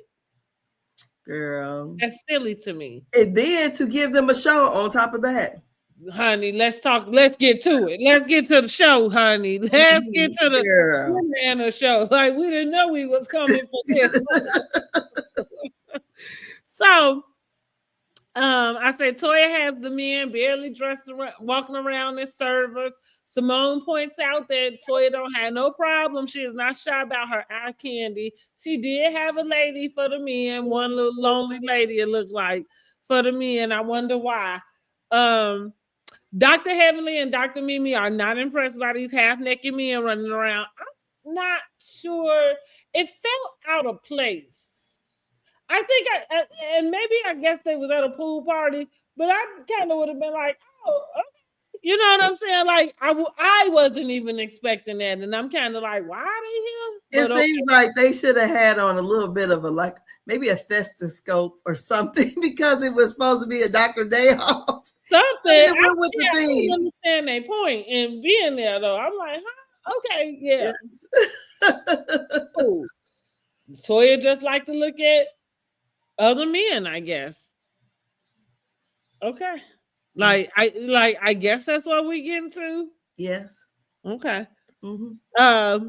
But like I said, Dr. Heavenly and Mimi are not impressed. Toya, of course, has to usher the ladies right on to her closet where we find out she has, I thought it was a fake tree, but it is a fake tree. Oh, okay, because I'm like, apparently the ladies in there acting like it was live, but I'm like, if it's fake, why? I don't care. I think it looks real, is what, because she's on Entertainment Tonight or whatever, and she said she only paid $300 for the tree. Yeah, I kind of could have guessed that. I knew it was. I'm like, there's no sunlight in there. So yeah. You say there's no sunlight in there. No, so how the tree gonna be below? Well, right. I was like, they was making it seem like it was real, but I'm like, I thought the tree was fake. Like, how you gonna have a real anyway? Yeah. But I thought it was a extra, even though it is cute. But I'm not gonna lie, it feel like it take up more space than it needs to. But go ahead. Go ahead, Toya. Right. Just feel like it's taking up a whole lot of space. And for what? Like to be there? Like you said, what you need shade from it. Okay. Yeah. We will move along. So the ladies are all loving it, right? Everybody coming in. Oh, this is great. This is great. And it's the same people who have had so much crap to talk about them in their homes, but whatever. You're getting your validation. Toya and the ladies make their way on back to the pool where Toya decided to kick the party off by asking the men if they gonna participate in a game that she had to show how in shape they was. Now, see, she started off being messy with that. First, you got these half-naked men running around your house serving everybody, which go back to what I said. Like, I guess she don't like looking at her husband. But then you turn around and you etch some game that you telling them gonna get them in shape, so they can wear the shirts off on the next cast trip, like King and Steve can. Like that was gonna happen because y'all played one game at your backyard pool party. Yeah. It seemed like you was starting shit. Yeah, it was. The men not feeling it because they thought they was coming to chill, which I thought we was coming to chill too. So I wasn't even feeling watching them do this shit, to be quite honest. So thank you, Eugene, for offering to write the people's scripts so they could get up out of it, to excuse them from doing any activity. Toya wants to try to explain the rules of the game, and she demands that Eugene give her eye contact because Eugene is he fumbling, talking to the men, and she felt, I guess, like he wasn't paying her attention. And so then she says, eye contact. Which the only time I know somebody, I don't know two adults, especially two married adults, that talk to each other like that. The only time I think I've heard that type of exchange in that way is usually like an authority person and then, like the subordinate person. Like, and even in that case, it's wrong. I'm just saying. Look at me. Look, eye contact, please. Yeah. You know what I need from you. Now, damn this party, honey. Now everybody is just looking because you're loud too. Because I mean, and it is uncomfortable because if that's the way y'all do it, you don't need to do that in front of everybody because everybody is not comfortable with that. I'm uncomfortable with it. I'm uncomfortable with the way you talk to him. And funny you say that she always has. I know that I've seen moments like with the biscuits. I remember specifically. And maybe, like I say, every so often, And maybe because I can be like, because I talk before I think sometimes too. So maybe in those cases I might have excused her a little bit, but for some reason this episode it was she never talked to him this bad. okay. Yeah, I was like, this was like way worse than anything I ever heard. Because I felt like it was kind of like a tug of war. Who's like an ego trip? Yeah, because she said, "Oh, you trying to be hard?" Yep. Like that's exactly what I felt. I felt like it was both of them power tripping, an ego fight. And the thing that sucks, especially because your man is working his ass off and paying all those bills, is you should have gave it to him. Yeah, they didn't want to play the game. They didn't want to play the game. You should have gave it to him. But she felt it more necessary to prove that she has her husband in check. Yeah, I think that's we'll talk about chin check, honey. They getting chin checked over here too. Girl, I said, "Oh Lord, that." But the Eugene tried to pay it off because he clearly was embarrassed. Because because the man even said, "You gonna let?" Why is your wife talking to you? Yeah. And it was out of line and rude. Yes. And disrespectful. Very disrespectful. Very disrespectful. And I'm like, the whole party should have shut down because I know I would have got the hell up out of there. Because that was uncomfortable for me too. No lie. So Toya walks in the kitchen. Eugene comes in behind her. She goes off on him again. Don't be coming in try to be nice now. And he say, well, they went and discussed that exchange. She say, oh, I forgot that part because the second part is she said, tried to get him again to play this game. Eugene, can you please be the man of the house and tell your friends to come over here so we can explain the rules? Like that was out of line. Yeah, to be the leader.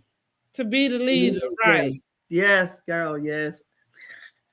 And so in the kitchen, because remember, Dr. Heaven, she said, well, she said something about I've been trying to get you to do it for 30 minutes, and Dr. Heaven said, why don't you just say, Daddy? Because you get more honey.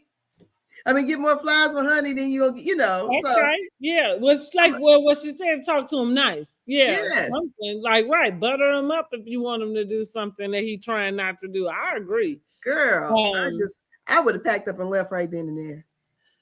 I know I would have as a guest. Yes, I don't know what the hell they was doing. Yes, I was get about here. They're like they're about to fight. Yeah. I came for a good time, not for this shit. Yeah. What's that song? Killing my vibe. Yes, okay. Shit. But yes, for sure.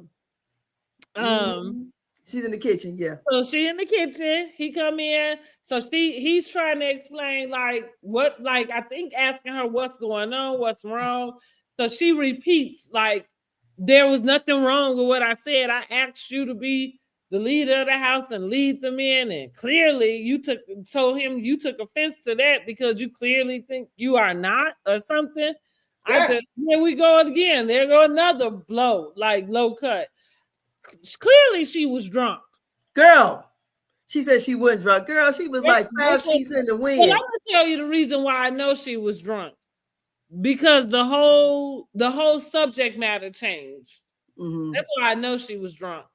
Because that usually happen with drunks when they get into or not. I shouldn't say drunks, but that usually happen with people who get drunk and they get into an argument about something. If they can't stay on topic about what they mad about, then they drunk. Yeah. Right. Because the deal is, and I appreciate Eugene for even acknowledging, like, well, maybe he shouldn't have made the joke about the scripts or whatever. Because here's the deal. She was already sitting on eggshells because you are inviting people to your house who don't care about your house, you, or anything.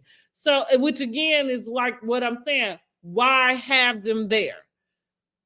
Like I had to make that decision for myself, going back to what we were saying. Sometimes you have to do, I mean, these are not somewhat family members, but sometimes you just have to keep put people at arm's length, right? When I decide and realize, like, okay, you don't really have my best interest. No, you don't get to come and sit in my fucking house and break bread with me. Like, no, that's a very personal, coveted type of interaction. Like, you know what I mean? And yeah, inside my household, no, you don't get to do it. You know what I mean? Like when you, and that's the thing. So I'm saying that to say her being drunk just exacerbated everything. Like she just exploded. And it came out on Eugene because I agree with you. They was in a struggle. They was in a power struggle. Well, first of all, you put his nuts in a vice in front of all his male friends, which what's wrong with you? You know, because even if that's the way y'all do while y'all home by yourself, why would you do that to him in front of his friends? You know what I'm saying? But she was drunk. Anyway, where am I at? So yeah, she go off again. Oh no, because so he's telling her that the women felt they felt offended by what she had to say as well. Now that takes her all off. F them beads. Like, what you mean they offended? I don't give a F about them. You know, so and so, so and so. So she walk off. She got to fix her makeup. She go run to her closet, honey. That's her safe place. Okay, the closet. And here come, you know who? The try hard. Here come, you know who? There's a scene. Let me get in it. Like, girl, yes. She said she didn't mind being the bad guy. Baby, didn't I tell you? That's what I told y'all. That Contessa is gonna make sure she get in the scene, and it don't matter how she get in it. And Contessa in closets, let me just say, Contessa needs to stay her ass out of closets at this point. Because it was Toya's closet the last time. Contessa, okay? Yeah, it was Toya's closet the last time. It was Toya's closet the last time, okay? Yes. Contessa, you need to stay out the closet. You go in the closet specifically to start shit. Yes. So yeah, you come rolling up in the closet behind me and talking about some, Toya, where's the rules of the game? Me and Scott was going to try to play. Girl, did you read the room? Like, girl. If you don't leave that game alone, these people are somebody's about to get thrown in the pool. Like, and I think one of the things, well, I know Dr. Heavenly was saying none of the people there wanted to get in that pool. Well, because the dog had passed away. Oh, okay. Oh, well, hell, what the hell? And yes, she said that's why I think Toya wanted to do a game or something because nobody was interested in getting in that pool. When did the dog go swimming? Like while they was all there? Remember the dog died in the pool. Oh, that's right. I forgot about the dog already. Girl, they had a whole funeral. I know. I just totally forgot. Here we go. When did the dog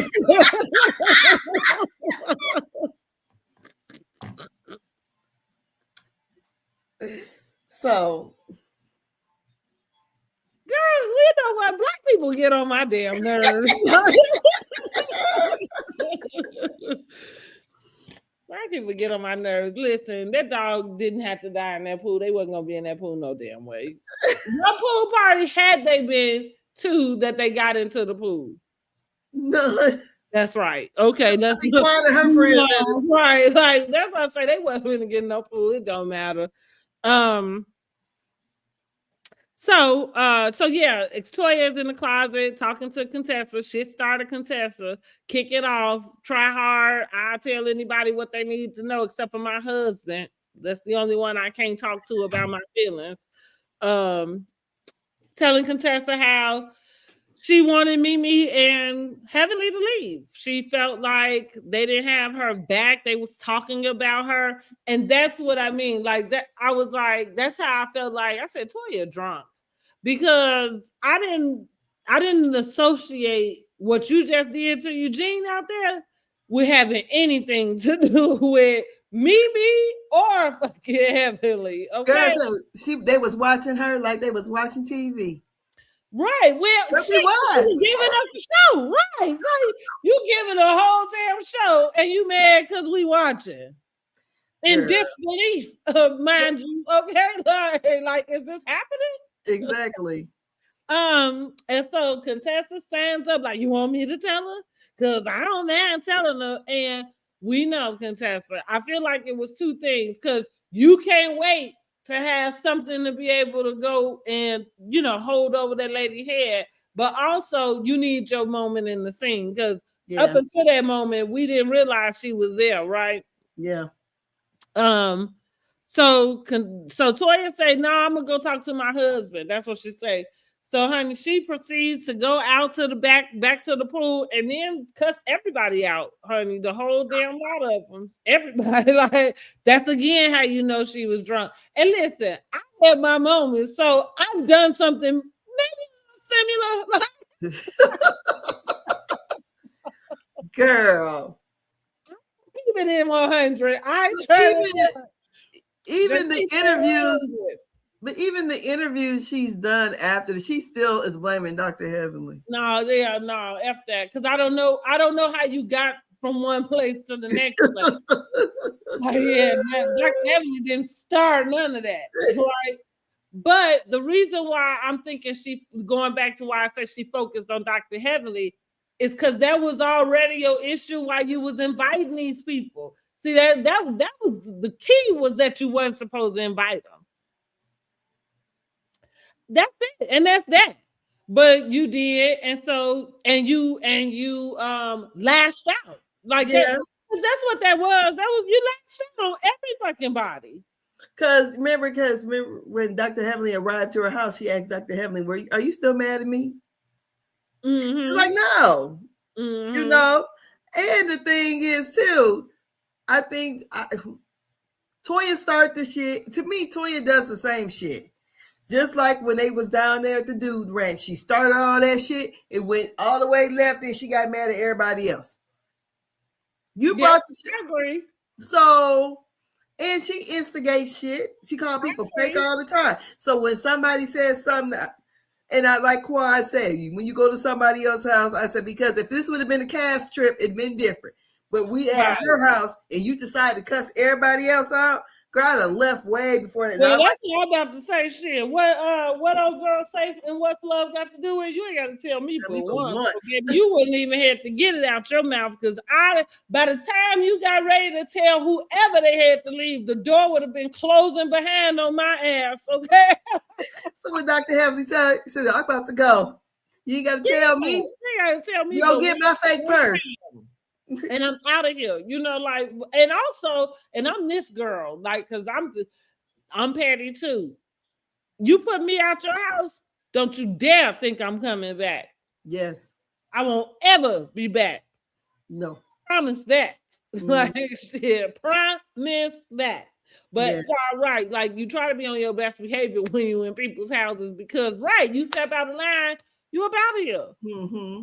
Done. You know what I mean? But I think Toya she really did lash out. And instead of, like you said, keeping it 100, saying that you lashed out on your husband first. And again, maybe it was because you still had this tension, which I do think that was the underlying, that you had this tension with the ladies, like, about your houses. And here's the feeling is right. You're right to feel that, because outside of, I'm going to say, Jackie, probably Simone, and I'm thinking that's it, or Mimi, and whoever the new ones are, but the rest of them, they've all had something to say.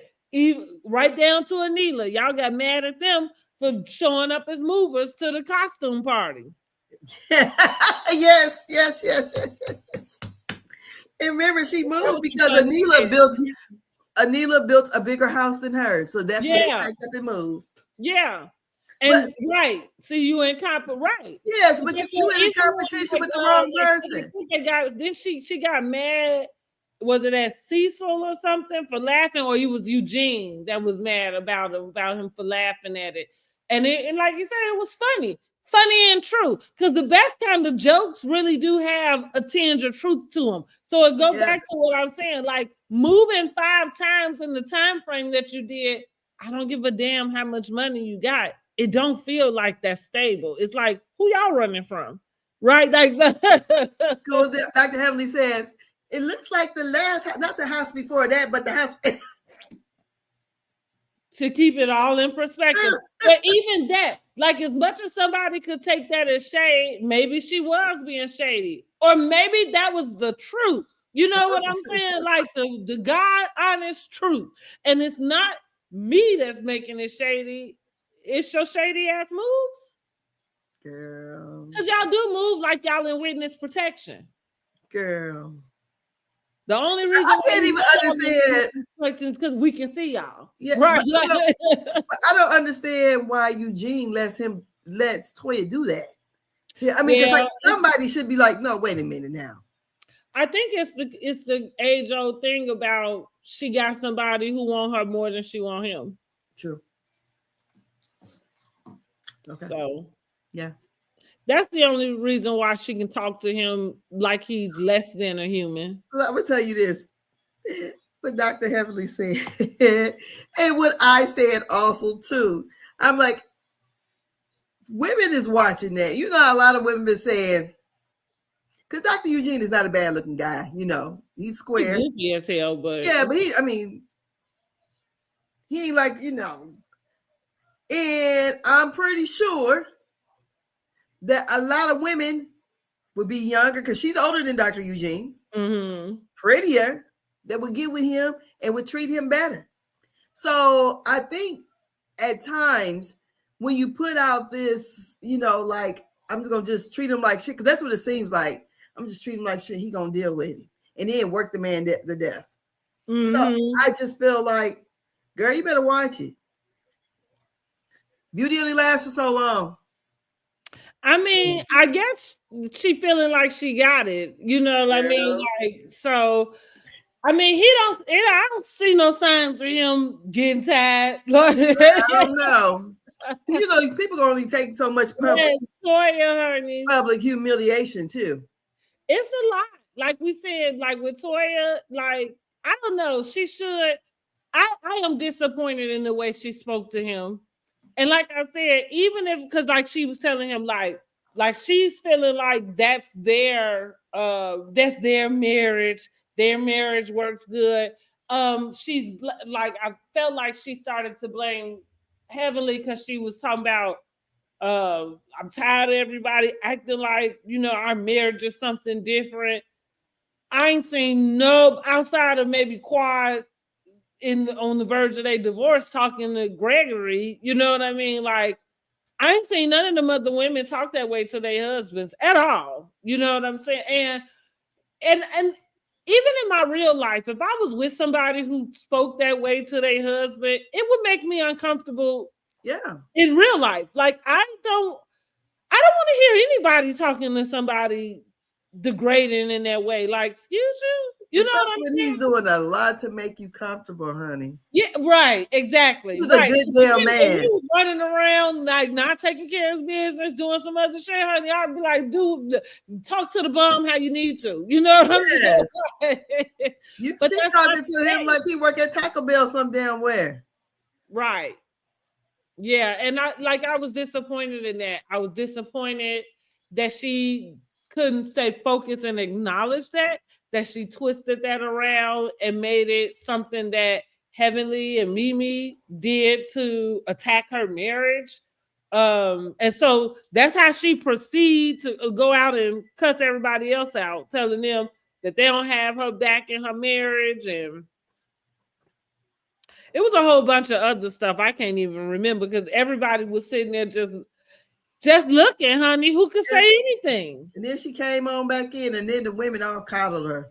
And yeah, I didn't like that either. I did not. And I like how Dr. Jackie kind of kept it real. Like, no. That's what I put in my notes. As a matter of fact, that's the very last note I have is Jackie called it right. Yes. I said, Toya is tired of being judged. This is what she says. Simone consoles her by saying, people deflect. I didn't understand where that came from because her.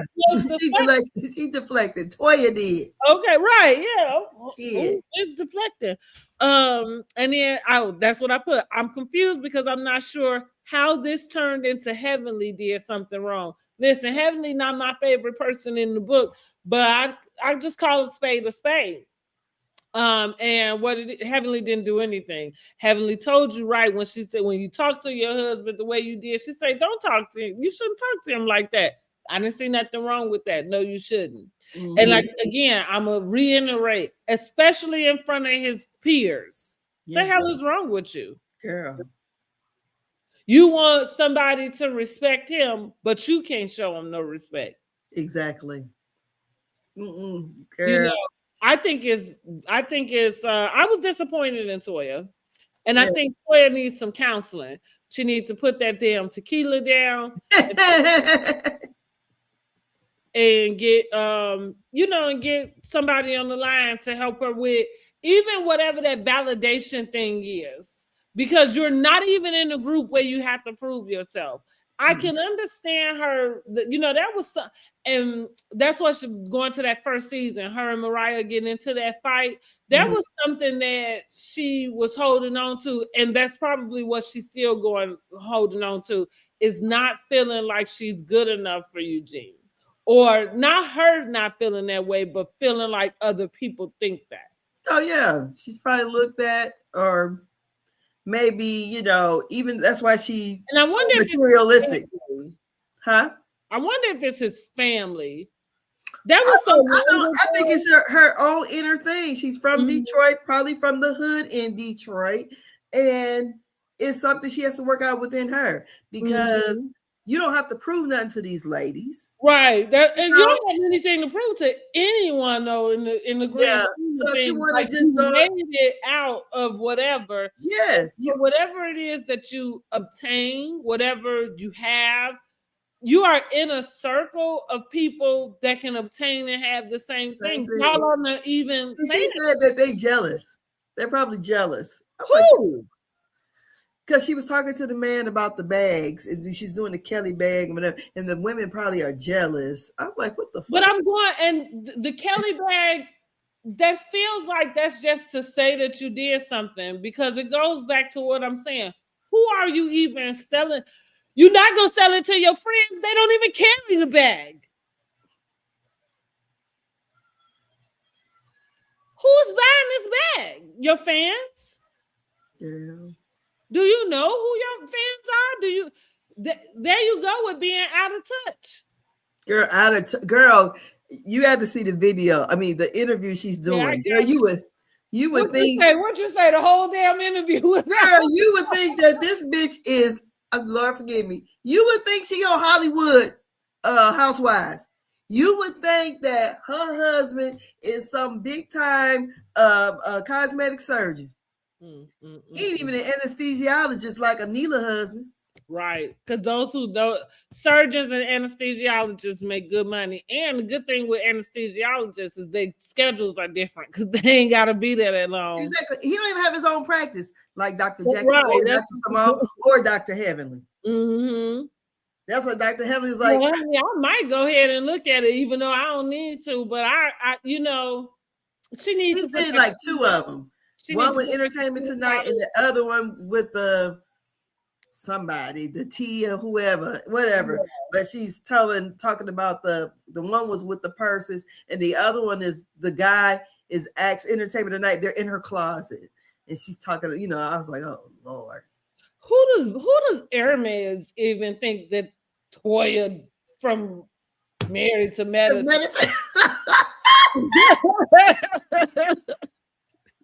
A Bravo celebrity. You don't got a Cardi B. Who is she influencing?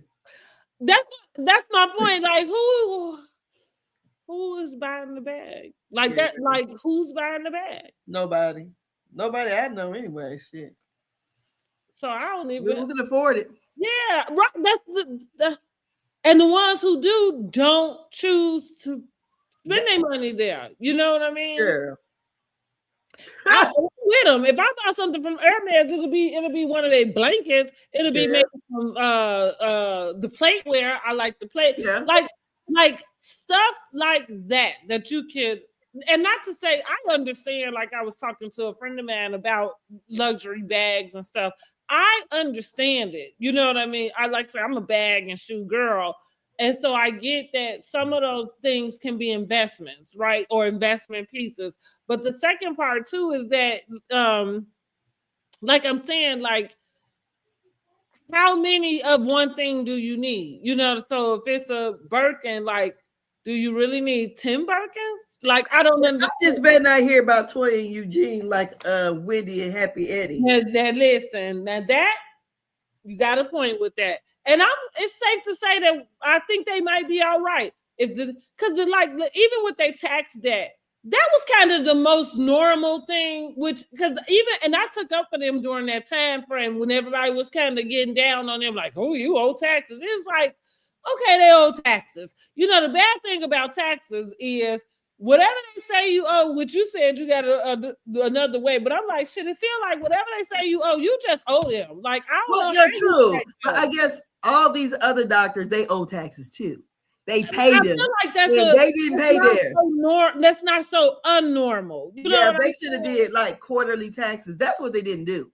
Exactly. So like you said, like that's not so out of the orthodox. So that's what I mean when they was all getting on them. I took up for them in that space because I get it. You know what I mean? It's not like you was doing. I mean, you just got caught up, and some people do. Like sometimes you get in this stuff, you forget to you forget. You forget. He was spending. Right, you know. Listen, I understand. So that was the most, like, I feel like innocent, normal type of deal. And they paid it off, praise Jesus, okay? Which at least they ain't have to go take their raggedy asses to jail. Hey, Peter. And Peter need his ass whooped talking about Cynthia and shit. Like, ain't you the one sitting in prison? And look, Peter, it wasn't that he just didn't pay his own taxes. He was taking you can pay your employees. Yeah, taking their money. Not right. It wasn't even right. Like you say, it wasn't even government. It was their own people. That's right. So back to them though. So like the others, like I agree. I don't expect that they would have the fraud thing. And thank God they haven't at this point. I feel like if they was doing something that came out, because this show don't take these people long, honey, to get to the bottom of it. Once you start showing what you're spending and you know what I'm saying, what you're doing. But I didn't enjoy that for Toya. And I hate that. And I hate that we're gonna seem like the rest of this going back and forth between her and Heavenly. And also, let me say this.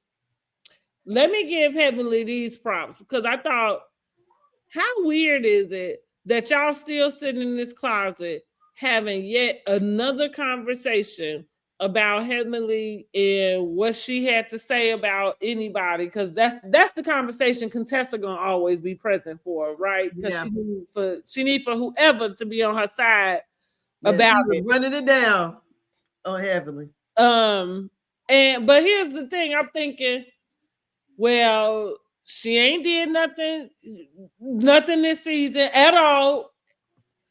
Nothing while y'all keeping her relevant. Right. She has Toya gonna stay on her ass the whole season. A friend of, and y'all still managed a way to pull her in it and talk and have the same very conversation y'all have about her every single season. She said Toya is gonna stay on her ass the whole season. Really? Yes. And she said, "You know me." She said, "But she gonna stay on my ass." Clearly, so she keeping me relevant. I thought that was interesting, right? Yeah. I'm like, y'all still found a way to pull Heavenly right back in this mix, even though she friend of, like she can, take a back seat. Y'all said, "Oh no, honey, let me come pull you to the carpet." Yes. What are you gonna rate the episode? Well, for my messy ass, I thought it was a pretty good episode. So I would say I would give it about an 8. I thought it was good. I enjoyed watching it. You I think know, I can go with about an 8. I really. And what did you rate Potomac? Potomac, let's see. I think I'm sticking. Potomac is really coasting with a good 7. Mm-hmm. Yeah, they really coasted. I'm not really sure if it's gonna go anywhere from there because I don't even foresee it happening. Like I say, I'm done with Angel. I think I think it is that it's her arrogance. Yeah. I don't think it's anything wrong with I don't think there's anything wrong with thinking highly of yourself. I think there's something wrong when you feel like you above everybody else because you're sitting in the same place as them. I don't give a damn what it look like. Yeah. If you were so much better than them, you wouldn't be there. Yeah, trying to be on here with Ashley. I mean, you're right. Like, put it in perspective. Miss Nova said they really don't have storylines on Potomac. No, not too much. And that's what I mean. Like they just really are. It's not a horrible season, but they are coasting. Thank God for Stacey. Because I think Stacey is the one that's helping that happen. They all are kind of trying to gang up on her. And she's just bringing it. And you like dusting it off her shoulder and moving right on along. And the rest of them are doing whatever they do, but they just coasting along. Like I said, it's not horrible. It's not, and I don't foresee it. I don't foresee it changing. Maybe not until we get to where Karen gonna enter her tail end, or whenever we're gonna get this interview between her and Andy or whatever. So I am looking forward to that. But I'm done with the girl Angel though. I'm done with her. Her arrogance is too much for me, especially for you to not be able to back that shit up. Yeah. Cause I'm okay. Look. I don't like nobody being arrogant. Like it's a turn. It's it's like a rub me the wrong way. Like however, that's the Wendy came in. I can however comma. I can give you what you got if you got, you know what I'm saying? If you got the shit to back it up. Like if you arrogant and you got all of this shit backing up that arrogance, then okay, then fine, gonna be arrogant. Like that. I'm just saying, you know what I mean? Yes. Like back it up is all I'm saying. Don't be coming out like, and that's what I mean. Like, girl, you know how this look. And again, I'm not trying to say the lady is broke or anything. At least I hope not. But I'm just saying, like, you don't get it. This is not the space. She just don't fit in. Yeah. And she takes things way too personal. Right, yeah. Yes, I mean, she held on to the catfish forever. Now she holding on to the eviction. That's gonna run all the way to the end of the season. Yeah. Now here's the thing. I ain't mad at her for not inviting those girls into her house because I just tell y'all about Toya ain't had no business inviting them people she know either she don't like or don't like her into her house. Like that's just that. But they trying to play along to get along. So now you done cussed everybody else out, everybody in the place out. And now you got to make it somebody else's fault. But where was I going before I brought Toya into that? Because we was talking about Potomac. Anyway. Angel. Oh yeah, Angel, but yeah, I'm done with her. I'm done with her. I can't do Angel. I like Stacey is just she got the game. Yeah, but she's the TV professional though. You know what? Right, clearly. Yes. I didn't realize until she was doing that interview with Carlos King. I guess I didn't realize like improv or whatever, like being able to be that salesman for QVC. Yeah. I didn't realize how much they may have because I thought to myself, I said, that's why, you know what I'm saying? She probably is good at this because she is just able to pivot. I mean, and on the dime. And the other part is the things that the girls are focusing on is really not that big of a deal. So it make them look silly. You know what I mean? Like silly. She just knows how to work the game. Being a liar. Yeah, she knows how to work the game. Mm-hmm. She said she watched the show. And she, I mean, she used to do the news, and she Yeah. knows, you know, she Yeah, got that. she got it, honey. Like what to say? The I and the T. Yes, she got it. I Yeah, like yeah, she got. She really Stacey. got it. And who would you say? Well, so far this season, I think Toya Carey and Married to Medicine. She keeping the mess going. She's brewing it. She's stirring it up. And Dr. Heavenly said, yeah, she got to do all that shit because she got to make sure them checks come in. Listen, yes, yes, and yes. Yep. But yeah. Yeah, what I do want to say about Quad, I want to say this. I'm sick of Quad. I really don't want to see her on another season of Married to Medicine. I am not interested. I'm not interested in following her and King's fertility journey personally. And you know, there's something we didn't really talk about her at all because you didn't even talk about her being in that closet. Oh, I did mention her being in that closet. Yeah, I mean, because she kind of faded to the black. I did talk about them going to get their ultrasound. Yeah, but right, but you know, like here's the mess. I'm interested in that. I think it's made very clear that you probably was a gold digger with Greg, because I find it very strange the lengths that you're going through to have this baby with somebody who you're not even married to. Mm-hmm. He doesn't even want to move into your home. And he seemed like he getting tired. Yeah. And you know what? I don't blame him. You know, if I was a man, I wouldn't want to move in no woman's home anyways. We got to buy a home together. I'm not going to move in the home. You can lay there with everybody. I mean, same